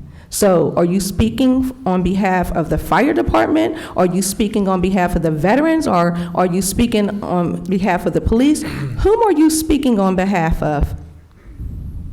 Because you missed the memo. I wasn't given one. Exactly. Bernadette, you want to speak on behalf? Bernadette, please come to the podium, give your name and address. 518 South Avenue, Bernadette Rose. We were, after the last meeting, told by council that our options were to hand over the $12,500 to the Monument Committee to be divided up equally between the police, the fire, and the veterans. That was given to us as a donation. Or we kept the $12,500 and we raised the balance of the $20,000 on our own, which we have been doing. We were told that the $12,500 had to be divided up equally, and that's what the money in that fund should have been done with. So from the first meeting that we were involved, to speak on behalf of the firemen, we were told we had no money. So we made a decision to raise the money ourselves. I was not aware of anything being discussed about the height of, I know we have a meeting tomorrow at 3 o'clock to walk the site for the firemen. Correct. Thank you so much, Ms. Rose. First of all, Bernadette, the council has no right to tell you how money is distributed. If a donation came into the fund specific to the fire department or the veterans, it would be used only for that portion of the project. We have to abide by people's wishes, and nobody can change that but our committee. And like I said, your $12,500 was always going to go to you. We still have your check for you to give to you for the part that we promised you already. If we can do more later on, as we said before, we will do that again. Ms. Rose, you do have the $12,500 in your possession, is that correct? Correct, along with other money that we've went out and raised towards the $20,000. Thank you. And to make it clear for public record, the firemen are going to be doing their own thing. At this point in time, Ms. Joanne Alexander will be speaking or cheering for the veterans only. Yes. Thank you very much. Now, when we talked, you and I talked, and you said you were limiting us to 7 feet. And we agreed to that as long as it was consistent throughout the site. Mm-hmm. Should that change, and again, I believe the firemen should be able to do what they want, but if they go higher, if we need to go higher, we need to be approved for that also. At this time, we are going to meet in an executive session We did talk, and we said 7 feet. And when I went with to the manager and spoke with him, he agreed 7 feet. I don't think we can go much higher. And your measurements were dead on with putting those monuments on the statue. Going up 7 feet high would give you ample room and space. We don't want to have a 10-foot, 12-foot high. I know that you want to get this moved, and we should, because right now it's a disgrace out there. We are agreeing on 7 foot at this time, and at this time, I believe that's where the limitations will go. But however, we are going to talk about this in an executive session, and as I promised, I will get back with you tomorrow. Since I've been meeting with you and your committee, as you being the chairperson, I have kept all of my promises to you. Yes, you have. Thank you, and I will continue to keep my promises to you. After our executive session tonight, I will get back with you tomorrow with regards to what we came up with. We need to have both of these projects moved at the same time. I don't know, when you say both of these projects, you're talking about the firemen as well as? And the okay. veterans. There's no there's no phase 1, phase 2, phase 3. I mean, All right. it was brought up many months ago, years ago, when we first started talking about doing in phase 1, phase 2, phase 3, because we didn't think we'd raise enough money to do it. Now, we still have a little ways to go to raise money, but we have 6 months to do that before the monuments will be ready. We hope that they're ready, both ready by November, so the firemen can have their dedication during their fire month, and the veterans can have it around Veterans Day. Okay, I just want to reiterate and make this clear, and I don't mean any disrespect, we've already met, but for public record, you are no longer the spokesperson. I am not. For the fire But department. I still say. But they can do what they want to do, so we're going to just stop that part right there, and we're going to work together to get the veterans done, and I'm so excited because you have an amazing idea, and I look forward to that. Thank you. You're welcome. Deputy Mayor, Yes, Councilman Petrucci. why can't we put it to a vote right now to get the firemen up and running? Well, I mean, I don't see why we can't. well, first of all, I'm going to meet with your chairperson tomorrow, and after What is the difference on how high these monuments are? Where is it written that they can't put a monument up 10 foot higher, they can't put one up as high as the other? Where is it written? Is there anybody in the police department that objects to a 10 First foot of high all, monument? excuse me, Councilman Petrucci, before you open it up to the audience, would you like to address me with that question? Well, I just did. Okay, so Okay, you would can you give me like the to answer. say it again and complete it so that I can hear you now clearly? What is the difference how high this monument, I didn't agree to a 7 foot high monument. If they want to do a 10 foot high monument or 14, how high is it, Bernadette? 10 foot? If First they of wanna do all, a 10 the foot high- fire department, and I'm sorry for interrupting you, I apologize for that. I have not met with the fire department yet. We are only speaking tonight on the Veterans Memorial. But the last meeting she gave,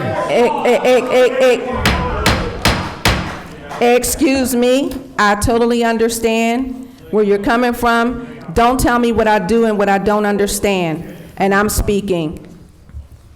Thank you. I have a meeting with your chairperson tomorrow.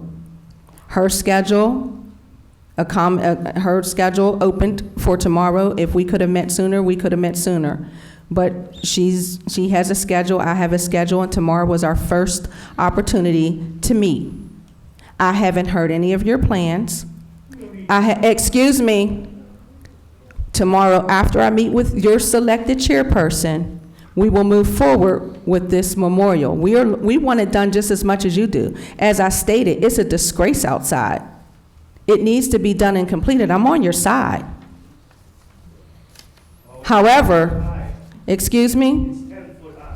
I'll talk about that with Bernadette tomorrow, and I promise you, just like I promised Ms. Alexander, we will be on it. It's a priority, and I will get back with you tomorrow, or she will get back with you tomorrow after we meet. Give all of your questions, your concerns, your drawings to her, and tomorrow at our 3 o'clock meeting, we will discuss it. I will take it back to mayor and council, and then we will get back to you as soon as possible. I want it up just as bad as you want it up. It should have been done. Excuse me? Yes, I said tomorrow at 3 o'clock.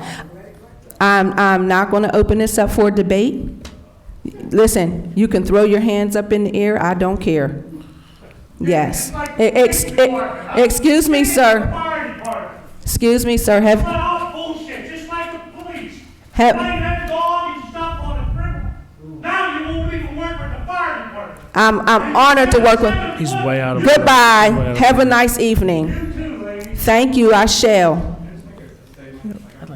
Yes, you can make a statement. Please come to the podium. And again, I'm not debating with you because I'm on your side. I understand, but you have to be patient. This thing has gone round and round and round, and now, yes, it's going round and round and round. I'm sorry for that. I wasn't here from the beginning working with you, but now I am. And again, I have kept every promise that I made, I've kept. Give me the chance. You have a chairperson. I'm in contact with your chairperson. We are meeting tomorrow for the first time. I haven't disrespected you, and I don't expect you to disrespect me. Yeah, so, hi, John Zakia, 1705 Leechburg Road. So I agree. No disrespect to anybody here. For the men and women that are here from the fire department, we want you to understand, to Mr. Romiak's point, this is not for us. None of us want to put our name on that monument. Amen. That's our goal. For the height, 10 foot, I'm not sure where the discussion came from, why a certain number was chosen, but why we chose 10 foot had nothing to do with the size, showing up somebody else. 10 foot was because Rome Monument donated a $20,000 piece of granite that will cost us more money to modify. So that's why we have a 10-foot monument. To the point of having a uniform monument park, I agree. What would have been really nice is if when we built this palace, this beautiful building, that would have been allotted in the budget so that we didn't have to beg local businesses when we do it already just to provide our service. So what we're asking is that you don't limit us for a memorial, because we don't limit our response times. We come out night, weekend, rain, snow, shine, our birthdays, Christmas, we don't care. We're there to help you guys out, and that's all we're here to do. Yes. And we ask that when we have this meeting tomorrow, that you consider that. The 10-foot monument, it has nothing to do with us trying to show up anybody or that we want something nicer than anybody else. It strictly has to do with economics. If you want to give us a few extra dollars to get this piece of granite modified, then we can consider that. But at the end of the day, this is because Rome Monument bent over backwards to give us a very expensive piece of granite. And then on top of that, wrote us a check for, how much was it? $12,500. This man is not even a resident of our community, and he's doing this for us. So we would ask that council, mayor, support this initiative and allow us to move forward. Thank you. Thank you, thank you. Thank you. And one thing I want to be clear on, mayor and council definitely support your initiative and your monument. And I'm all in all what Rome did in his contribution. I'm thankful as well. I'm not a firefighter. I do have firefighters in my family as well as police officers. And just to make a statement to what you said, no one's showing up anyone. As I told Ms. Alexander, nothing is going to supersede the police monument. It's all going to be one memorial park. It will be uniformed, it will look nice, and it will pay tribute to our fallen officers. And yes, I hope none of your names are ever put on that monument. Is that clear?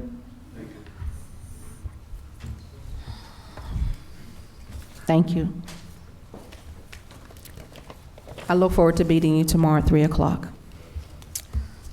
Okay. Next to address the council will be Bill Maltz. Allegheny Boulevard Wall.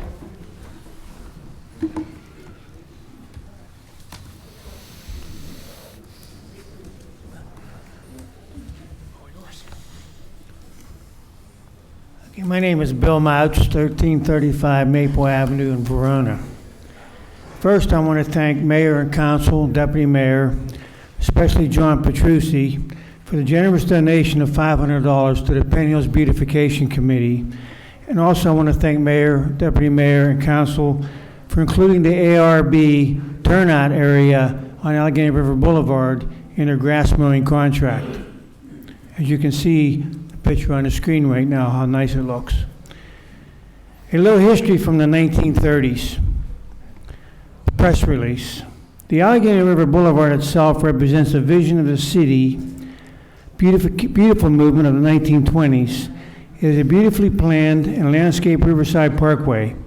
The Allegheny River Boulevard observation turnouts are significant as designed historic landscapes. The observation turnouts were carefully planned to take advantage of scenic vistas and designed opportunities to park and view the river. These structures feature sandstone walls, arched stone fountains, stone niches, and stone steps. Additionally, the turnouts are lined with granite, curbing, and planting materials were selected and placed for their aesthetic value. What remains today is an historic structure in decline.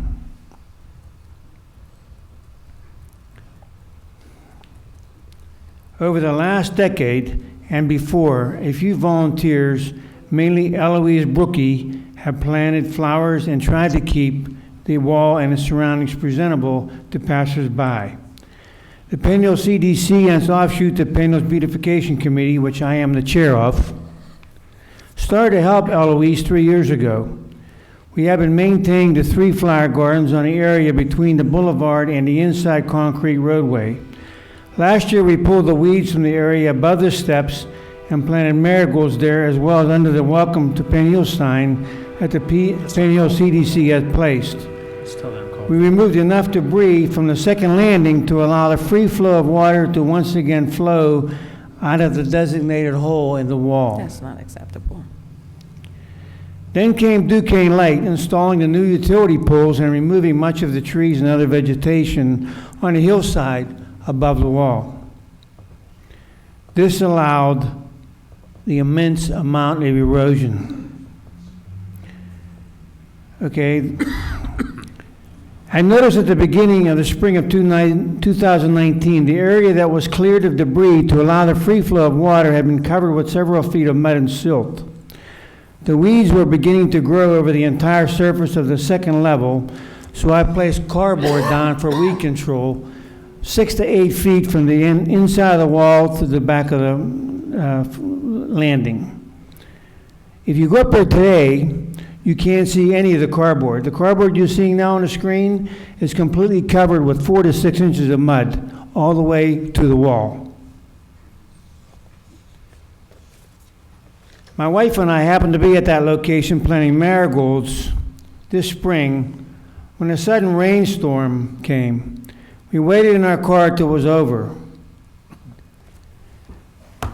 As we returned to the garden to finish planting, we heard a roar of running water.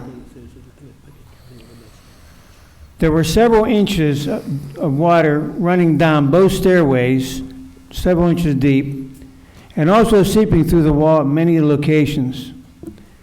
Here's a picture of the water running down the wall. It was like unbelievable on both stairwells.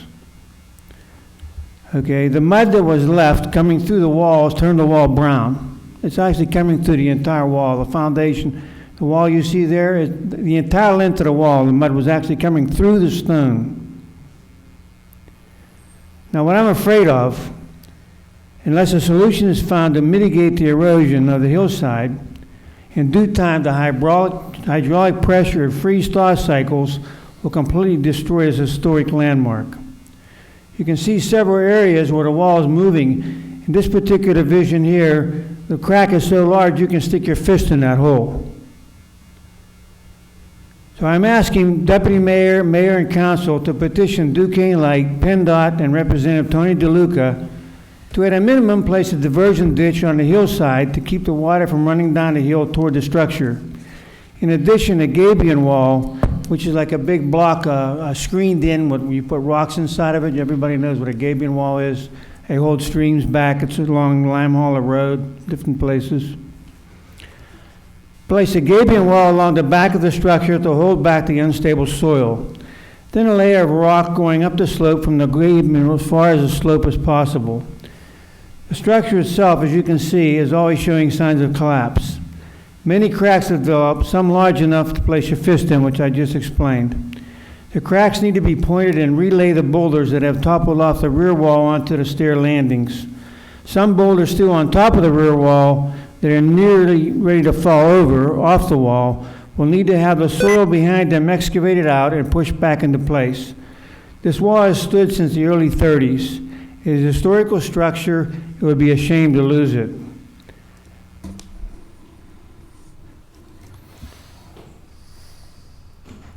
The Penn Hill CDC sent a letter to Duquesne Light You all have a copy of that letter I put on your desk there. Dated May 15th, asking for help in remedying the situation. I have included a letter in the handouts to Mayor, Council, Deputy Mayor. On June 14th, and I got some good news.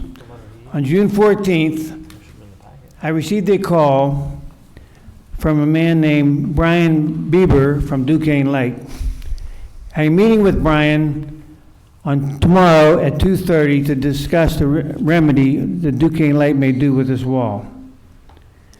And I am asking Deputy Mayor, Mayor, and Council to keep their feet to the fire and ask Duquesne Lake, or whatever they can do, to remedy the situation.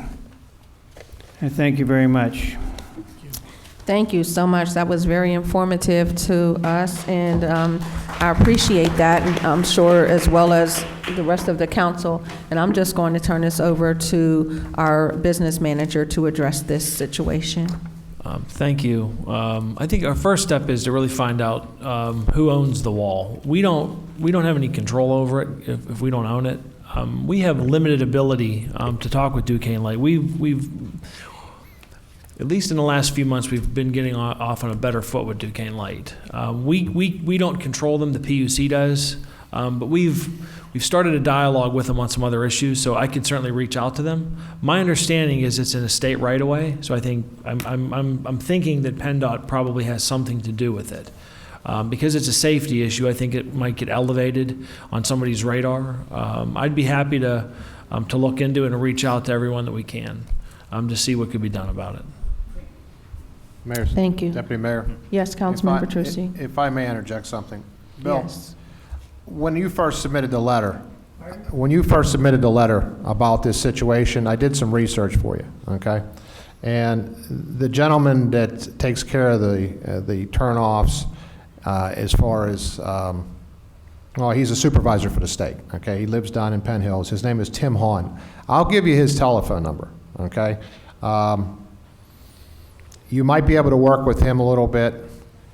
They weren't aware of what was going on down there. They weren't aware of the CDC even had any dealings with them down there. So you and I will talk after, and I'll give you this information, and you can proceed, okay? Okay, I'm going to also ask Rick, if you would interject here, I'd greatly appreciate it. Yes, there's permitting requirements that are required to mitigate erosion control and like that. When they did the construction project, there would have been a closeout process on permanent erosion control, so you don't have muddy water like that. So something seems like there's a problem with their permanent erosion control measures. So the Allegheny County Conservation District is the enforcement entity for that. And that's something that, you know, depending on how your meeting goes, and it seems like if Duquesne Lake's coming to meet with you, they realize they have a problem and they have some liability. So not saying that it will stop water from coming, but it shouldn't be transporting sediment and mud like that. So even the diversion of even clean water to the site, if it's causing damage, is a violation of their permit as well. So they do have some responsibilities from a federal permit standpoint that's enforced by the state and the local conservation district. So, you know, I think after you have your meeting and what you hear from them, hopefully they're going to be very cooperative, not knowing that you know they have these responsibilities, but they know they have those responsibilities. So I think if nothing comes of that, then I think the minimum we could do is contact the conservation district, show them the pictures, show them that there's something wrong, and they'll investigate and enforce. Okay, good. Definitely let Council and Mayor know what happens tomorrow. Thank you. We appreciate your feedback. Thank you. Next on the agenda, we have Elder Jim Baltthorpe addressing the issue of East Hills Drive. Please state your name and address for the record. Thank you, Deputy Mayor. My name is Jim Balthrop. I am the administrative elder at Petrick International Ministry, 238 East Cave Drive. And I just want to, I was listening to the mayor talk earlier about, first of all, she said that a road I rode was the gateway to Penn Hills. And I was sort of taken back when she said that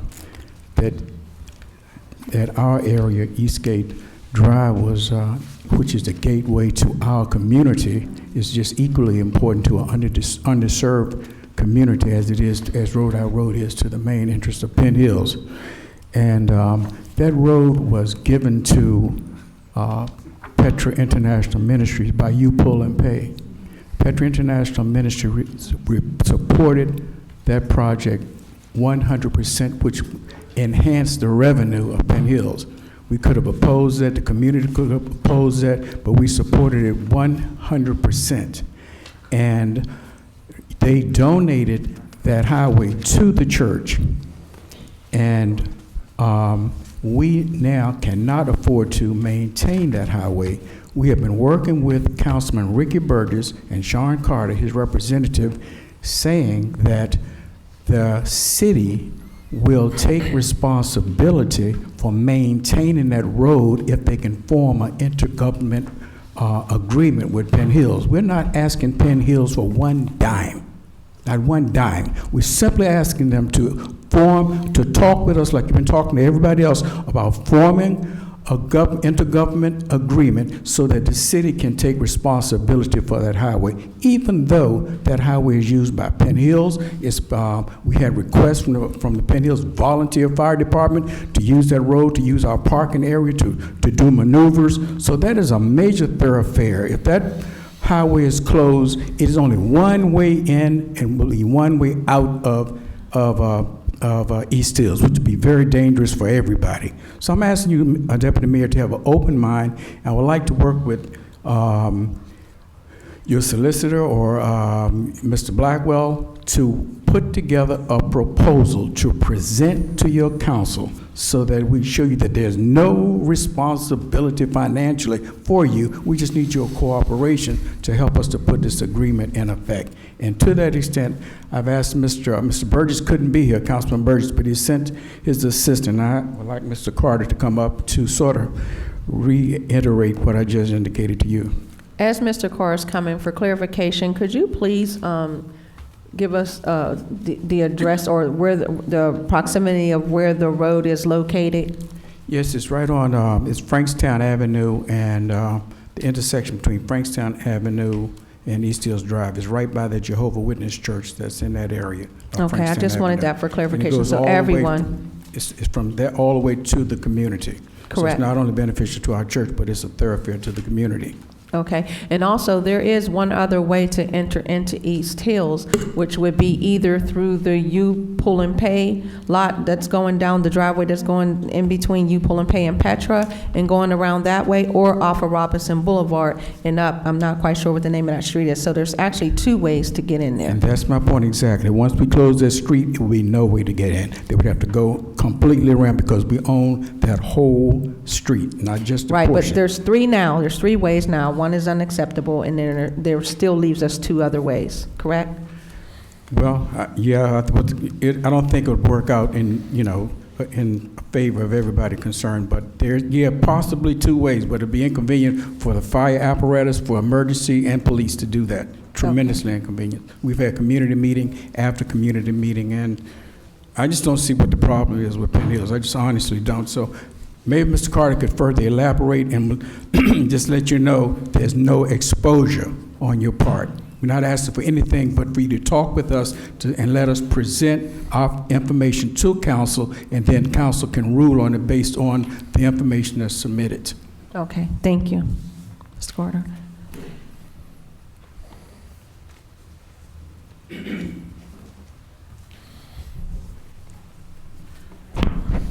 Good evening, Deputy Mayor Sapp, Council evening. members Brodnicki, Petrucci, and Underwood,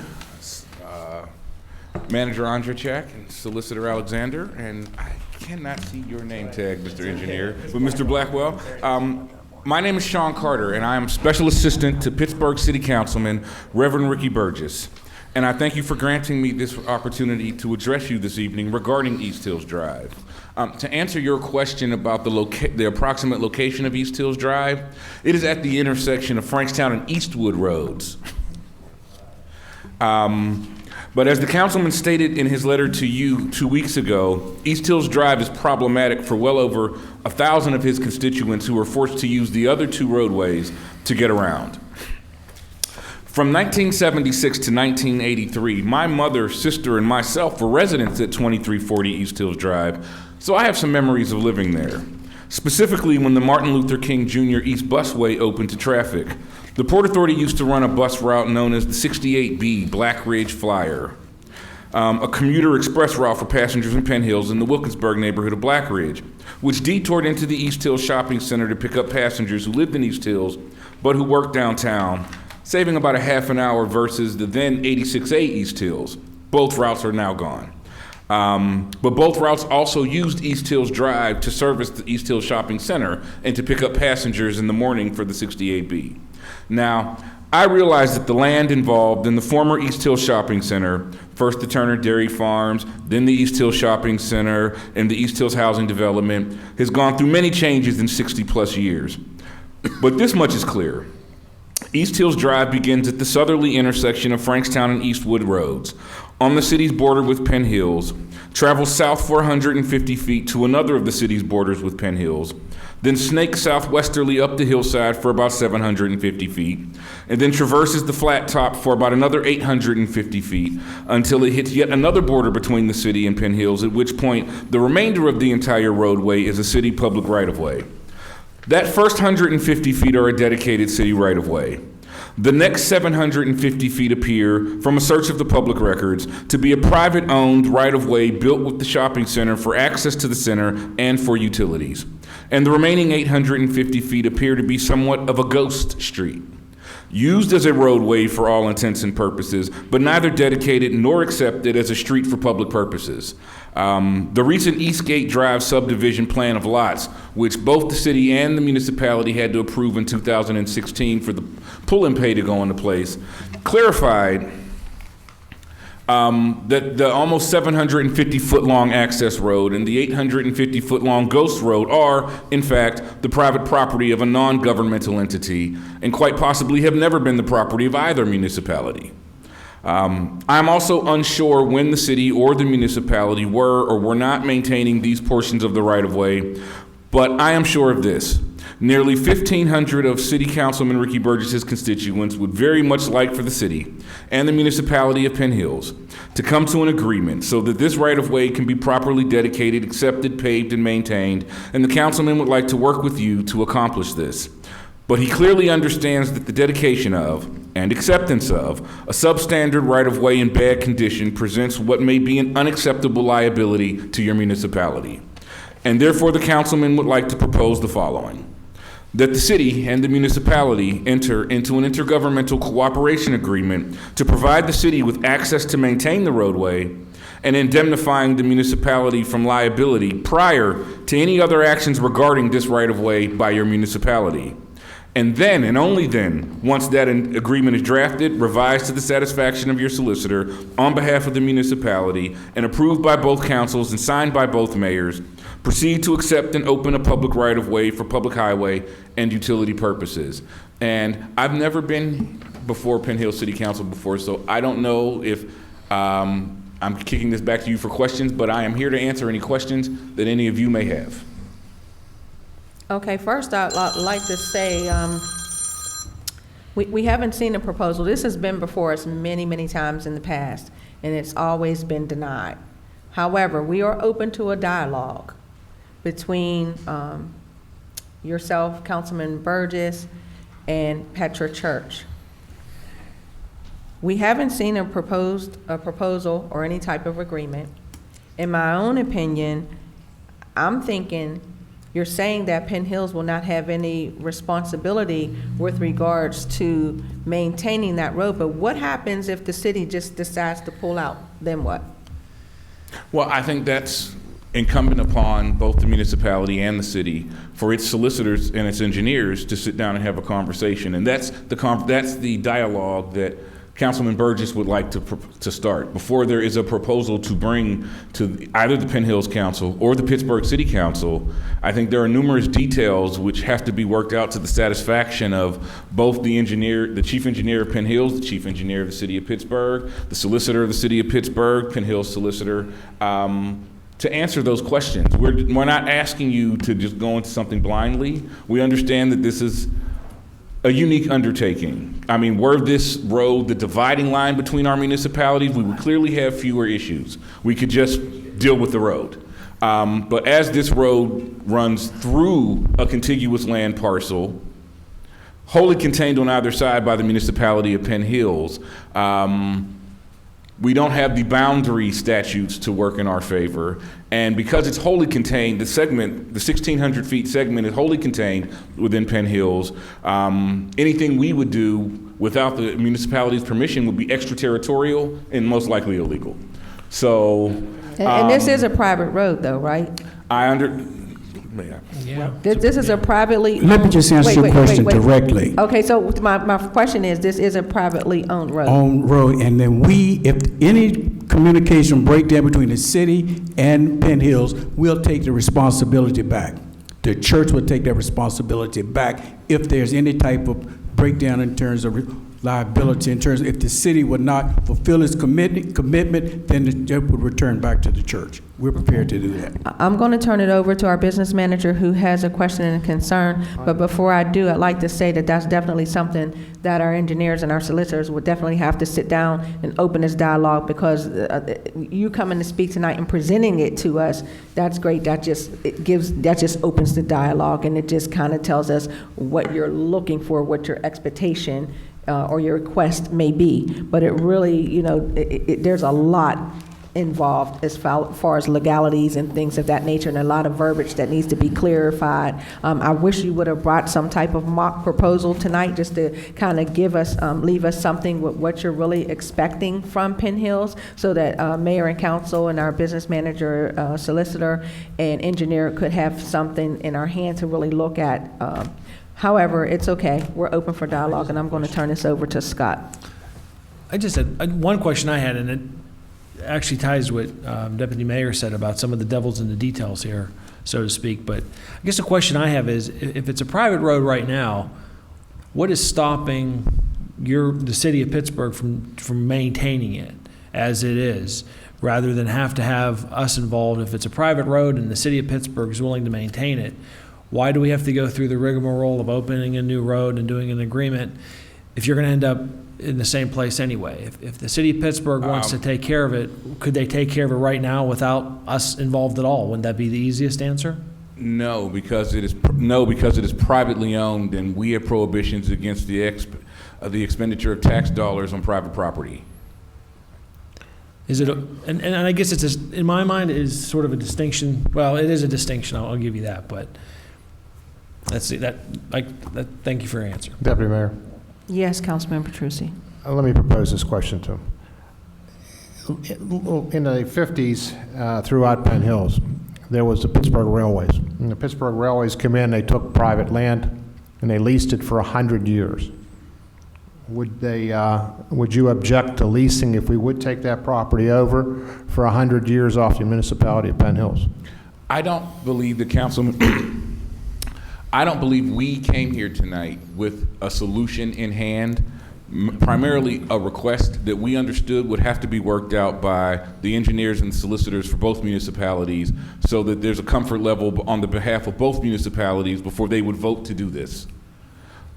But we had never come to the municipality of Penn Hills before and said, we're interested in taking on this responsibility from you, but we need to work with you. I think in the past it's been, why don't you guys do something about this? And that's not how we've come here today. We understand that the road, frankly, is more valuable to us than it is to you, as your mayor stated. But be that as it may, we can't do it without your participation in one form or another, whatever that looks like. And so we're here to start the dialogue. And the reason there's no proposal is because it's going to take this municipality setting the outer limits of what they are comfortable with, what they're not comfortable with, what they will and won't accept before any legitimate proposal could be crafted. Okay. I'm thinking maybe some way, and I might be out of line in saying this, but maybe we can even have it deeded over to the city, and Penn Hills is not involved at all. But, you know, that's again open for dialogue. So we do thank you for coming. We will be in contact. We will talk about that in our executive session, and our manager will get back with you. And we thank you for coming. Thank you for giving me the opportunity to speak to you. You're so welcome. Have a good evening. In closing, Mayor or Deputy Mayor, who is it that we're to contact to present our proposal to? Our Deputy Mayor, I'm giving him my job tonight. Our business manager, Scott Andrejchak. I have the email and the letter, so I'll reach out to you. Maybe we'll get a meeting set up. Thank you so much for coming. And in closing, my last statement is Petra's been operating 25 years, and we've never been before this municipality about any type of proposal to deal with that highway. This is our first time ever making a proposal. So I don't know, when you say this has been dealt with over and over, for the last 25 years that I've been in charge, we've never made this request. This is the first time. Just wanted that to be added to the records. Thank you so much. Okay, next on our agenda, I have Diana Hurt coming before council to talk about Community Development Block Grant Program of 2019 and the revitalization in Lincoln Park and dumping problems. Please come to the podium, state your name and address for the record. First of all, let me tell you, my name is Laverne Branson. Dina Hunt is not feeling well, so I'm going to read this for you all. You all have a copy of this. To begin with, I'd like to review just some of the promises, taglines, and motives the municipality of Penn Hills has adopted. Penn Hills municipal website states the mission is to develop viable urban communities by providing decent housing and a suitable living environment, and recognize the worth and dignity of all its citizens, and in which citizens can live in peace and security. From the 2015 Penn Hills Comprehensive Plan currently available on the municipal website, the goals includes, but not limited to, building new single-family homes in the heart of neighborhoods, rid the streets of litter and control dumping, enhance public safety, and support program activity in both. In this same 2015 Penn Hills Comprehensive Plan, it states, the demolition program has kept up with the level of abandonment, but available housing and rehabilitation programs have not been sufficiently utilized. The population has aged and declined.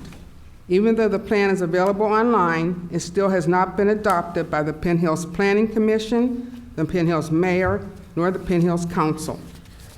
The last plan was adopted in 1996, over 20 years ago. In 2019, the municipal continues to tear down houses or homes that can easily be rehabilitated, contradicting its own mission statement and goals, and we are here to try to correct this.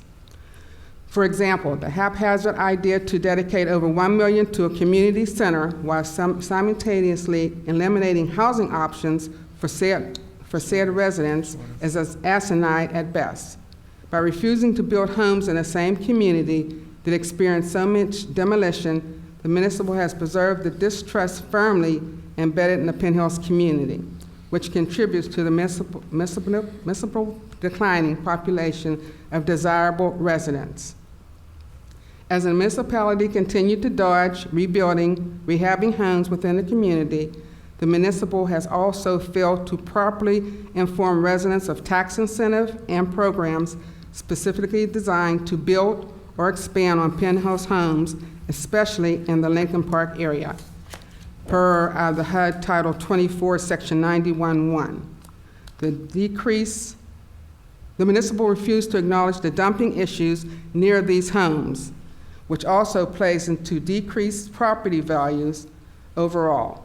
This is easily evidenced through the declining population and the abandoned, board-up homes on Blackador, Travella Boulevard, the Greens and the Stewart homes, Lawton Street, that shares a total of about 8 homes able to be rehabbed but sitting abandoned. Here we have numerous letters and emails spanning over the last 2008 to 2017. Residents have asked and followed up with promises the municipal has made. The municipal continues to ignore and disregard these value concerns, while the amount of foreclosed homes more than doubled in less than 10 years. We are here today to show we care and have not forgotten about our community, even if our lawmakers have. We are still willing to work with the municipal that claims to recognize the worth and dignity of all of its citizens, and in which citizens can live in peace and security. So we have like a little wish list from Lincoln Park to adopt, approve comprehensive building plans signed by the mayor and council, Lincoln Park Neighborhood Plan of 2012 and 2009. Update the website weekly and adequately near resources and programs such as home funds, neighborhood stabilization plan S. Remove debris and trash from Goldenrod Way and Ross Street. Playground areas with fencings at the entrances to said areas. The fencing would prohibit persons driving and dumping trash. We have one person on Goldenrod that can't even get her mail anymore because we called about the tires and they're still sitting there. So she has to go to the post office and actually get her mail. Signs put up stating prohibited dumping and stating fines if caught. Discontinue demolitions until a full financial investigations can be adopted by the third party. Rehab or remove stable, empty homes on Travella Boulevard, Lawton Street, and Blackador. Concerns with I can't pronounce the name, Genoco, I think that's how it is. What is it? Genoco, okay. Health hazards, noise, landslides, and dumping. Monthly sweeps of streets. Signs for cleaning up after your pets. Sewers properly cleaned. Garbage cans at the corners. Some dumpsters, and Bunny Way is closed due to the dumping.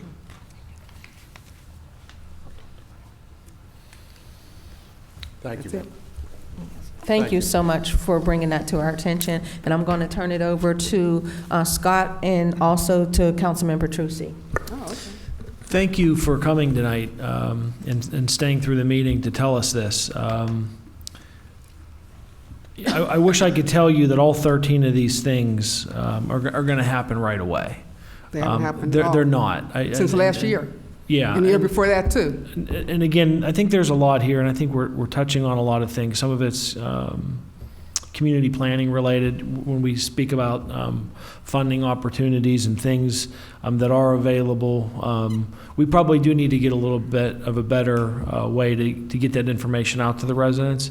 I could tell you, though, if you have this sense that where you live is forgotten, and I think that you said that you feel like it is. Well, it's also true, too, because we're not getting the letters. We're not getting the Tribune over there either. That's over that side of the area, so we have nothing. Yeah, and it's related, and I acknowledge it. Yes. And what I'm telling you is, though, I want you to understand that it isn't. It is not forgotten about.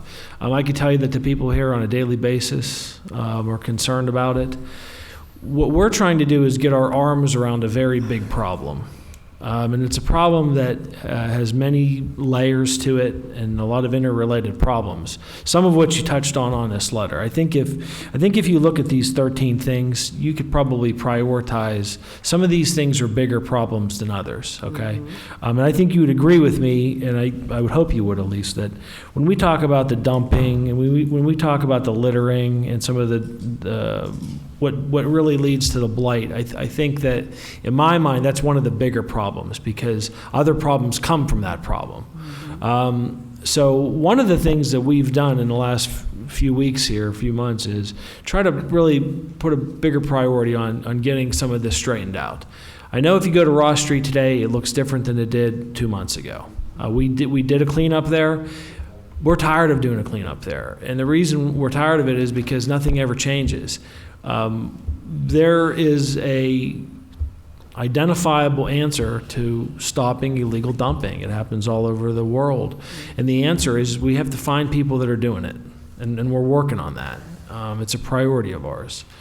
We did install new signage down there to tell people that if you dump and you're caught, there's a fine associated with it. We're going to make you clean it up.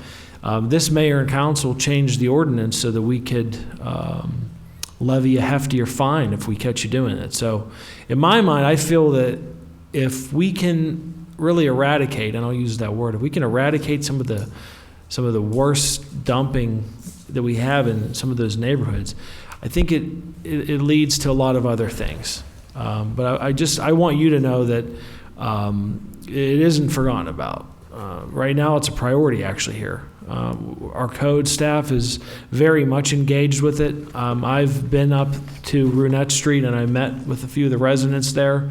I think if we can find some of the people that are really the culprits here and get the message out that you wouldn't do it in Fox Chapel, you wouldn't do it in Mount Lebanon.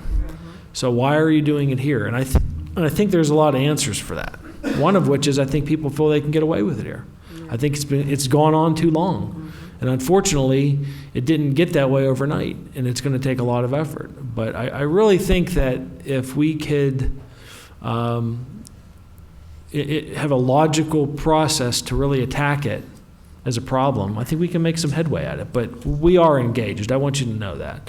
And again, it's not a secret. You could go to Ross Street today.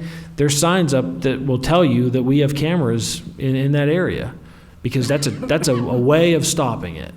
And I'm willing to do whatever we need to do to get it to stop, because it offends me. So.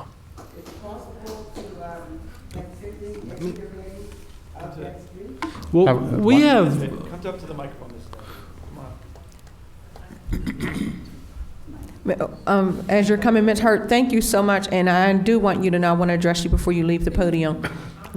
No, I'm Branson. Oh, I'm sorry. You're speaking for it. Yes, you're speaking for it. Thank you. I do want to address that, your concerns, because I don't want you to feel like that side of Penn Hills, as people call it, is a forgotten side, or that side, because we will no longer, under this administration, be calling it that side or this side of Penn Hills. Penn Hills is one municipality, it's one community, and we are going to treat it as such.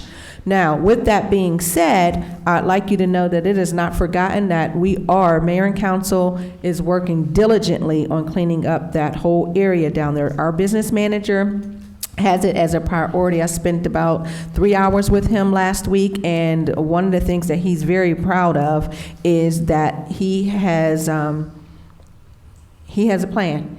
And he's already implemented that plan. I don't know if you guys have seen the signs that's been put down there. They are huge signs. There is an astronomical fine for people who are caught, and people are being caught. So if you can just be that much more patient, as you can see, if you look around, if you ride around your neighborhood tomorrow, you will see signs that are very visible to people who are dumping, and those people will be disciplined accordingly. So we are working hard in cleaning up that area, but we're also going to have to ask that this is a team, a joint effort, because it's going to take the residents in that community to work with us, that we can get that whole thing cleaned up. We also have a anti-litter group here in Penn Hills. That person is not in the audience anymore. I don't see her, but we're also going to see if we can get that group down there to come into a joint effort in cleaning up the litter down in that area as well. But please, please, please, the message I want to convey is there is one Penn Hills, and I need, if we can stop saying this side of Penn Hills and that side of Penn Hills, then it won't be that. It'll be one Penn Hills. But we have to stop saying that side or this side of Penn Hills. Penn Hills is one Penn Hills, and that's the message we need to convey, okay?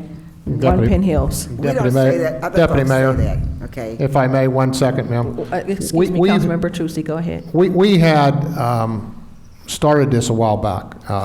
We went down on a cleanup effort down on Blackador. I started a cleanup effort down on Blackador with the Williams family. Williams family reached out to me. They lived down on Leamington, East Leamington. Okay. And Mr. Williams reached out to me, and we started a cleanup effort. But before that, we had the Pitt students, 43 students went over there and cleaned with Joyce Davis, the fireman from over that particular fire department.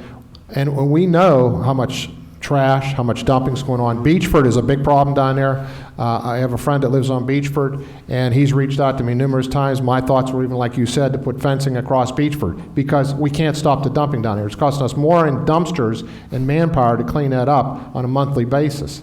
So we're aware of what's going on.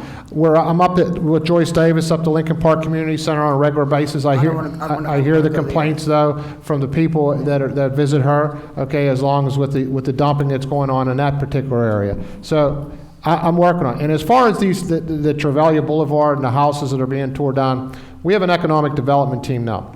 And the last time we spoke about Trevelya Boulevard and the area up there, and I want you to vision this, okay? Okay. You have Bakery Square. You have a lot of places down there where people are going to. Now, that particular Trevelya Boulevard and coming up Verona Boulevard is real close to Bakery Square if you cut through Lincoln Longmont, okay? Now, vision this. We get a developer and we give them that property and we have them build homes up there. Don't you think when those people get blowed out of East Liberty that they're going to need someplace to live near Bakery Square? Because it's just like Oakmont. Okay, Oakmont blew out of Edgewater. All those kids down there bought those condos for $500,000, and now they're blowing out and they're coming into Verona, and Verona's starting to get populated. The same thing's going to happen with Trevelya Boulevard and all that section over there if we use the right methods. Giving the property over to developers and let them build on it, and then give them we have a tax abatement section down there. There's a portion of Lincoln Park that's tax abatement. And if you know what tax abatement is we what was you going to say, Chris? Oh. We give you a no taxes on the property for maybe 5 years. I don't know how it reads, okay? But that's an incentive, too, to build down there. There has always been a tax abatement down there, a LERTA program. So we got things in place, but we just got to get somebody to get down there and take an interest in that property and want to build. And I think right now is a good time to do it. And economic development team, they meet, you're more than welcome to come see them and speak in front of them and tell them that you're from that area and you'd like to see this happen and listen to their thoughts too. It's going to work. I know it will. And we have to develop that area again. Is there any way that we can get that goldenrod cleared out with the tires so the... You're talking about Standard Avenue? So no, goldenrod. So that street. Yeah, so the police, the post office can get through. We can get the tires out of there. That's not a problem. I've been calling about that, and all I've been saying is well, you just mentioned to the two right people here. Scott and I will put the. We'll get it done for you, okay? Yeah, because it's tires like in the middle, you can't come through. They will give you results. Okay, good. They work side by side with us on Blackador. I mean, Blackador's a mess. Good. We can't wait till they get to Lincoln Park. We do. We are on our way. We are also paying attention to the area that we live in as well. We know it's a dilapidated area, and we do watch that. But you have to wonder what's in place for us to be there, and for us to know it, and for us to maybe have seen the people. There's always retaliation. I know. We don't want that for our families, and it's getting worse and worse by the day. But when we do these cleanups, and I said this to Miss Williams here, we need community involvement. The more people we can get out to help, and we're only out there for a couple hours. Last time we were out there for how many hours? 2 hours, and we got a lot done. I've been there for 60 years. I know. And all this crap has been going on since 2003. Revitalizing Lincoln Park in Millville, and nothing has happened since then. Okay, thank you.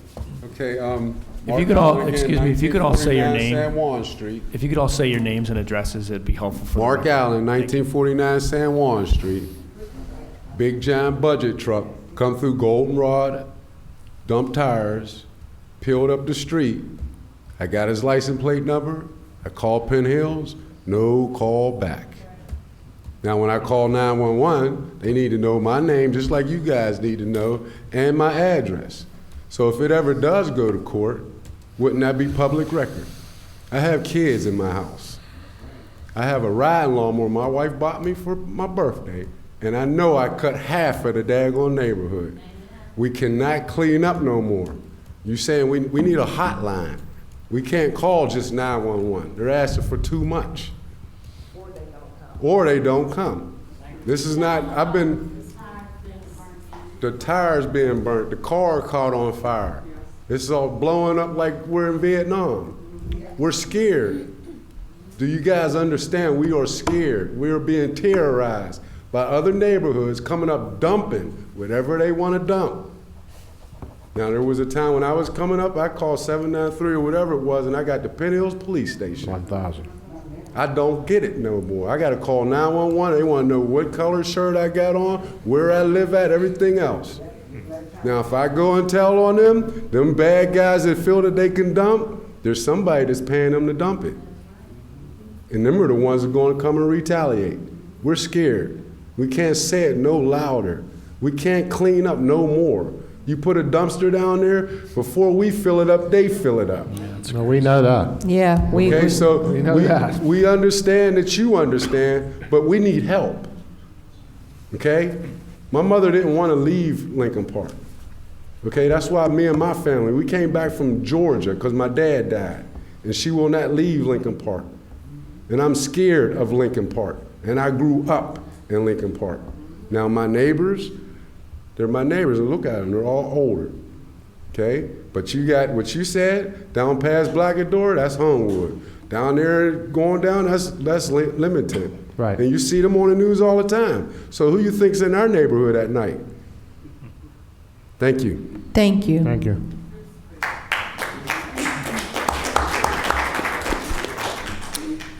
My name is Karen Kirkland. I live at 1856 Runette Street. And in order for me to get to where I live, I have to go through Goldenrod Way. I live alone, and so when cars come through, they're coming through my house. I've called about those tires. I called the Public Works Department, left a message. I spoke to someone. They were supposed to come and move the tires that are there now. I don't get garbage pickup because they have to come through Goldenrod Way. Today I had to go to the post office to pick up my mail. I don't feel I should have to go when I work 12 to 14 hours a day, that I have to leave Lincoln Park to come all the way over here to the post office to pick up my mail, where I haven't received mail in over a week because someone, and I understand what you're saying. One day I spoke to the mailman today, and he said that the one day that the tires were moved, there are tires there, he moved them himself so that he could bring me my mail. It's not his job to deliver my mail and move tires so that he could get his mail truck to get me my mail. I'm afraid that if there is an emergency at my home, the police department, the fire department, the ambulance, anything that I need are going to be, I'm the one that's going to suffer because will nobody be able to get to me? Because there's only, if you go in, one way in, when the street is blocked, when the alleyway is blocked, there's no other way out. If I need to get out of there, I'm the one that's going to suffer. I'm the one that's going to be hurt. And that's the only reason why I sat through this whole meeting, because I feel that I should not have to live like that. I've lived in that house for almost 20 years, and I've never had as many problems. If I needed something to talk to the police, I've talked to Chief Burton on a few occasions a few years ago when my house was broken into. I've been able to talk to anybody, but I cannot get anybody. Even today, I called the Public Works Department, and I had to leave a message, and no one has called me yet. The tires are still there. They've been there for a month, and I feel that like I said, I shouldn't have to put up with that. I just really feel, and I understand what you're saying, but when I call, I expect something to happen.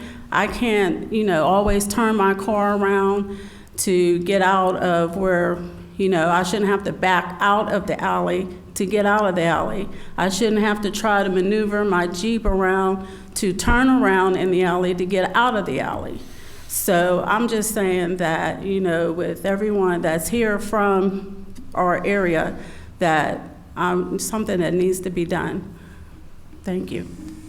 Thank you. Francis Mabin, 1956 San Juan Street. And I can't read your last name, but John, council member, when you talk about cleanup, cleanup isn't our big problem because we clean up. And the reason our neighborhood looks as good as it does is because we do clean up. As Mark said, if you would come up there and you see the corner of San Juan and Doak Street, Mark cuts that. I do the hedges. Now, up until about 2 years ago, I had flowers from my house at 1956 completely up the hill, and I still maintain most of that area the best I can at age 74. And it's hard work. That's not my problem. My problem is when I call code enforcement constantly and they do not come. Dumping begets dumping. The reason that hill going down there on my side is clean is because I do that hill almost daily. But if you come down the other side, if you come down Roosevelt Street, I used to do it all. I can't do it all anymore. There's a house there. They're dumping on the porch. They're dumping all over the yard. You go across the whatever, they're dumping. And as long as it stays there, what it says is, this is a dump. Now, when they dump on my side, in fact, somebody threw a bag right by my house this morning. If I pick it up right away, things are good. I can't pick up everything. There are at least 15 bags of coal up the top of the hill that have been there a year, and I called. The police came out, looked at them. Code enforcement said something. They dumped that coal. Those bags are still there. They're still up in Bunny Way. They're still up on Goldenrod. And the last thing I want to say about Goldenrod, and this is for Ms. Kirkland and all the rest of you, when they dumped all those tires, everyone called and nobody came and removed the tires. Then when they came up there and set a car on fire, those tires have melted into the ground, the steel. So as far as moving tires, it's more than just moving tires now. There are the steel belts that are welded into the ground. There's metal from the car that's welded into the ground. So this has gone on, and they knew long enough that those tires and all that dumping shouldn't have stayed up there as long as it did, because dumping begets dumping. And when we call, there are things that we can't move. And as long as you let them stay there, they continue. We do police our neighborhood. We do clean up. And certainly we've never gotten to the extent that Ross Street got to. And it's because we do care and we do work. And let me tell you, drive through there and see. But you got to do your part. And code enforcement, they got to do their part. We work hard. What's your address again, ma'am? 1956 San Juan Street. I'll be up. We will be out there tomorrow. Councilman Petrucci and myself, and I'm sure Scott will take a ride down there. We're just going to take a ride down there, but what we are going to do is, so we're going to do a drive-by. And yes, you're so very welcome, because no one in Penn Hill should have to live like that. It's unacceptable. You do have a new administration here. We are working diligently on cleaning up Penn Hills, and especially those areas that are becoming more and more blighted due to non-residents or people who don't have a vested interest in our neighborhood. I am going to welcome you to call. If you can't get in touch with code or any other department, you can feel free to call Scott Andre Jack. He will be on it. You can feel free to call myself or Councilman Petrucci or any other council person up here, and we will be on it right away. I know that tomorrow Scott is going to make a phone call down to Public Works and get those streets on the schedule ASAP.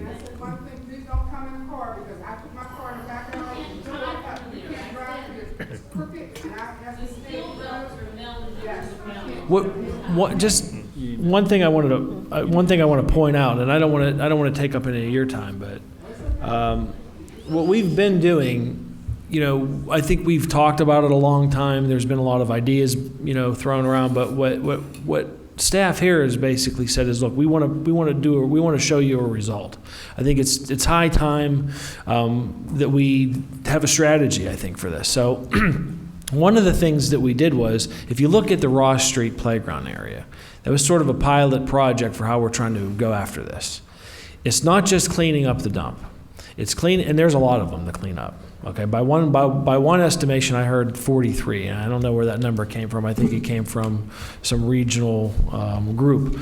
So we don't have the ability to clean everything up all at one time. But what we're trying to do is attack it in a way that makes sense. And part of that is not only to do the cleanup like we did at Ross Street, but also we got to catch the people that are doing it. And we are going to catch the people that are doing it. You could write it down and underline it. That's a thing that's going to happen. It's just a matter of time, and I know that it's going to happen.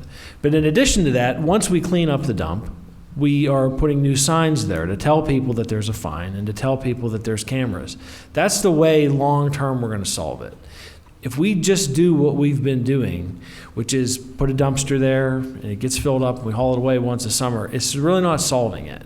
And I know you've heard it before, but I'm going to probably going to say the same thing you've heard in the past is, please just be patient, because we are taking a new approach at it.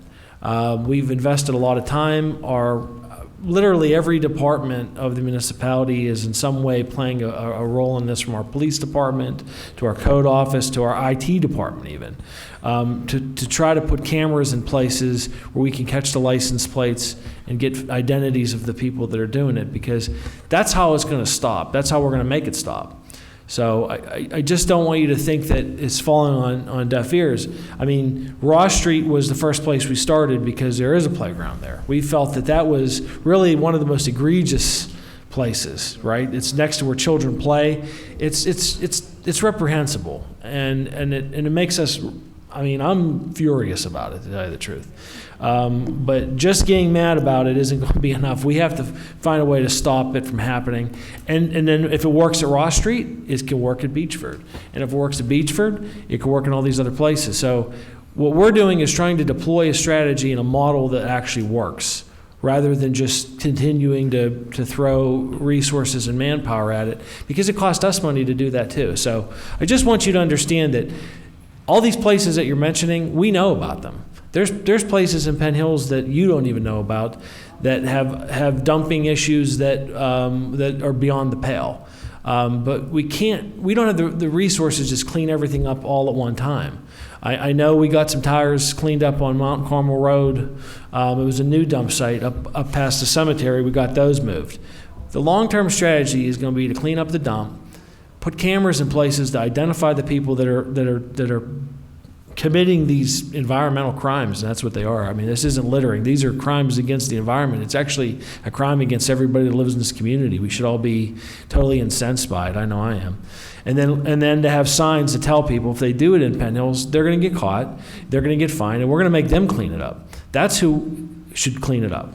There's the people that are committing this. So that's what we're trying to do. It just takes a little time, but we're very close, I promise you. I really think that I think we're going to find I think we're going to have some real big developments on this issue this summer. I really believe it. We just ask you to have faith in us, because we are working on it. We are not just, we're. Well, we can. How many tires do you think are down there? All right. You can sit here. So, I'm sure Scott can get somebody down there tomorrow and pick up 30 tires, right? I can't guarantee it. Well, that's okay. Tomorrow we're going to make the phone call. We're going to get you on a schedule ASAP. Believe me, we'll get this handled. There's a pile of tires there. It's the car caught on fire. Let me see that car caught on fire. Did anybody run the car for stolen? Yeah, they said. Is it stolen? No, I don't know what happened. It's probably stolen. When was the car caught on fire? This car's not that old. No, that's just. When was the fire? I'm trying to find it. May 10th. Of this year? Yeah, May 10th. Is Howard still here? No, he's not here. May 10th. Okay. So they did move it. Did you call the police when that car caught on fire? No, the police was there. Because it was exploding. And what was their response? Huh? They moved it. That's what they're talking about. Everything burnt there. They never came and cleaned it up. They just moved it. Okay. We'll be down tomorrow. We'll be down tomorrow. I'm sure you'll see Councilman Petrucci before myself because I have the meeting with the firefighters and 2 other meetings, but we are on it. We're going to work collectively to get that done. So please, again, just be that much more patient. Continue to call. Don't stop calling. And again, if you can't reach one department, you can always reach Scott, okay? And he will convey the message to the rest of us, but we're on it. No one should have to live like that. We don't appreciate it, and we sure enough know that you don't appreciate it. So thank you so much for coming. I'll give you my personal cell phone number, okay? And you can call me directly from now on, all right?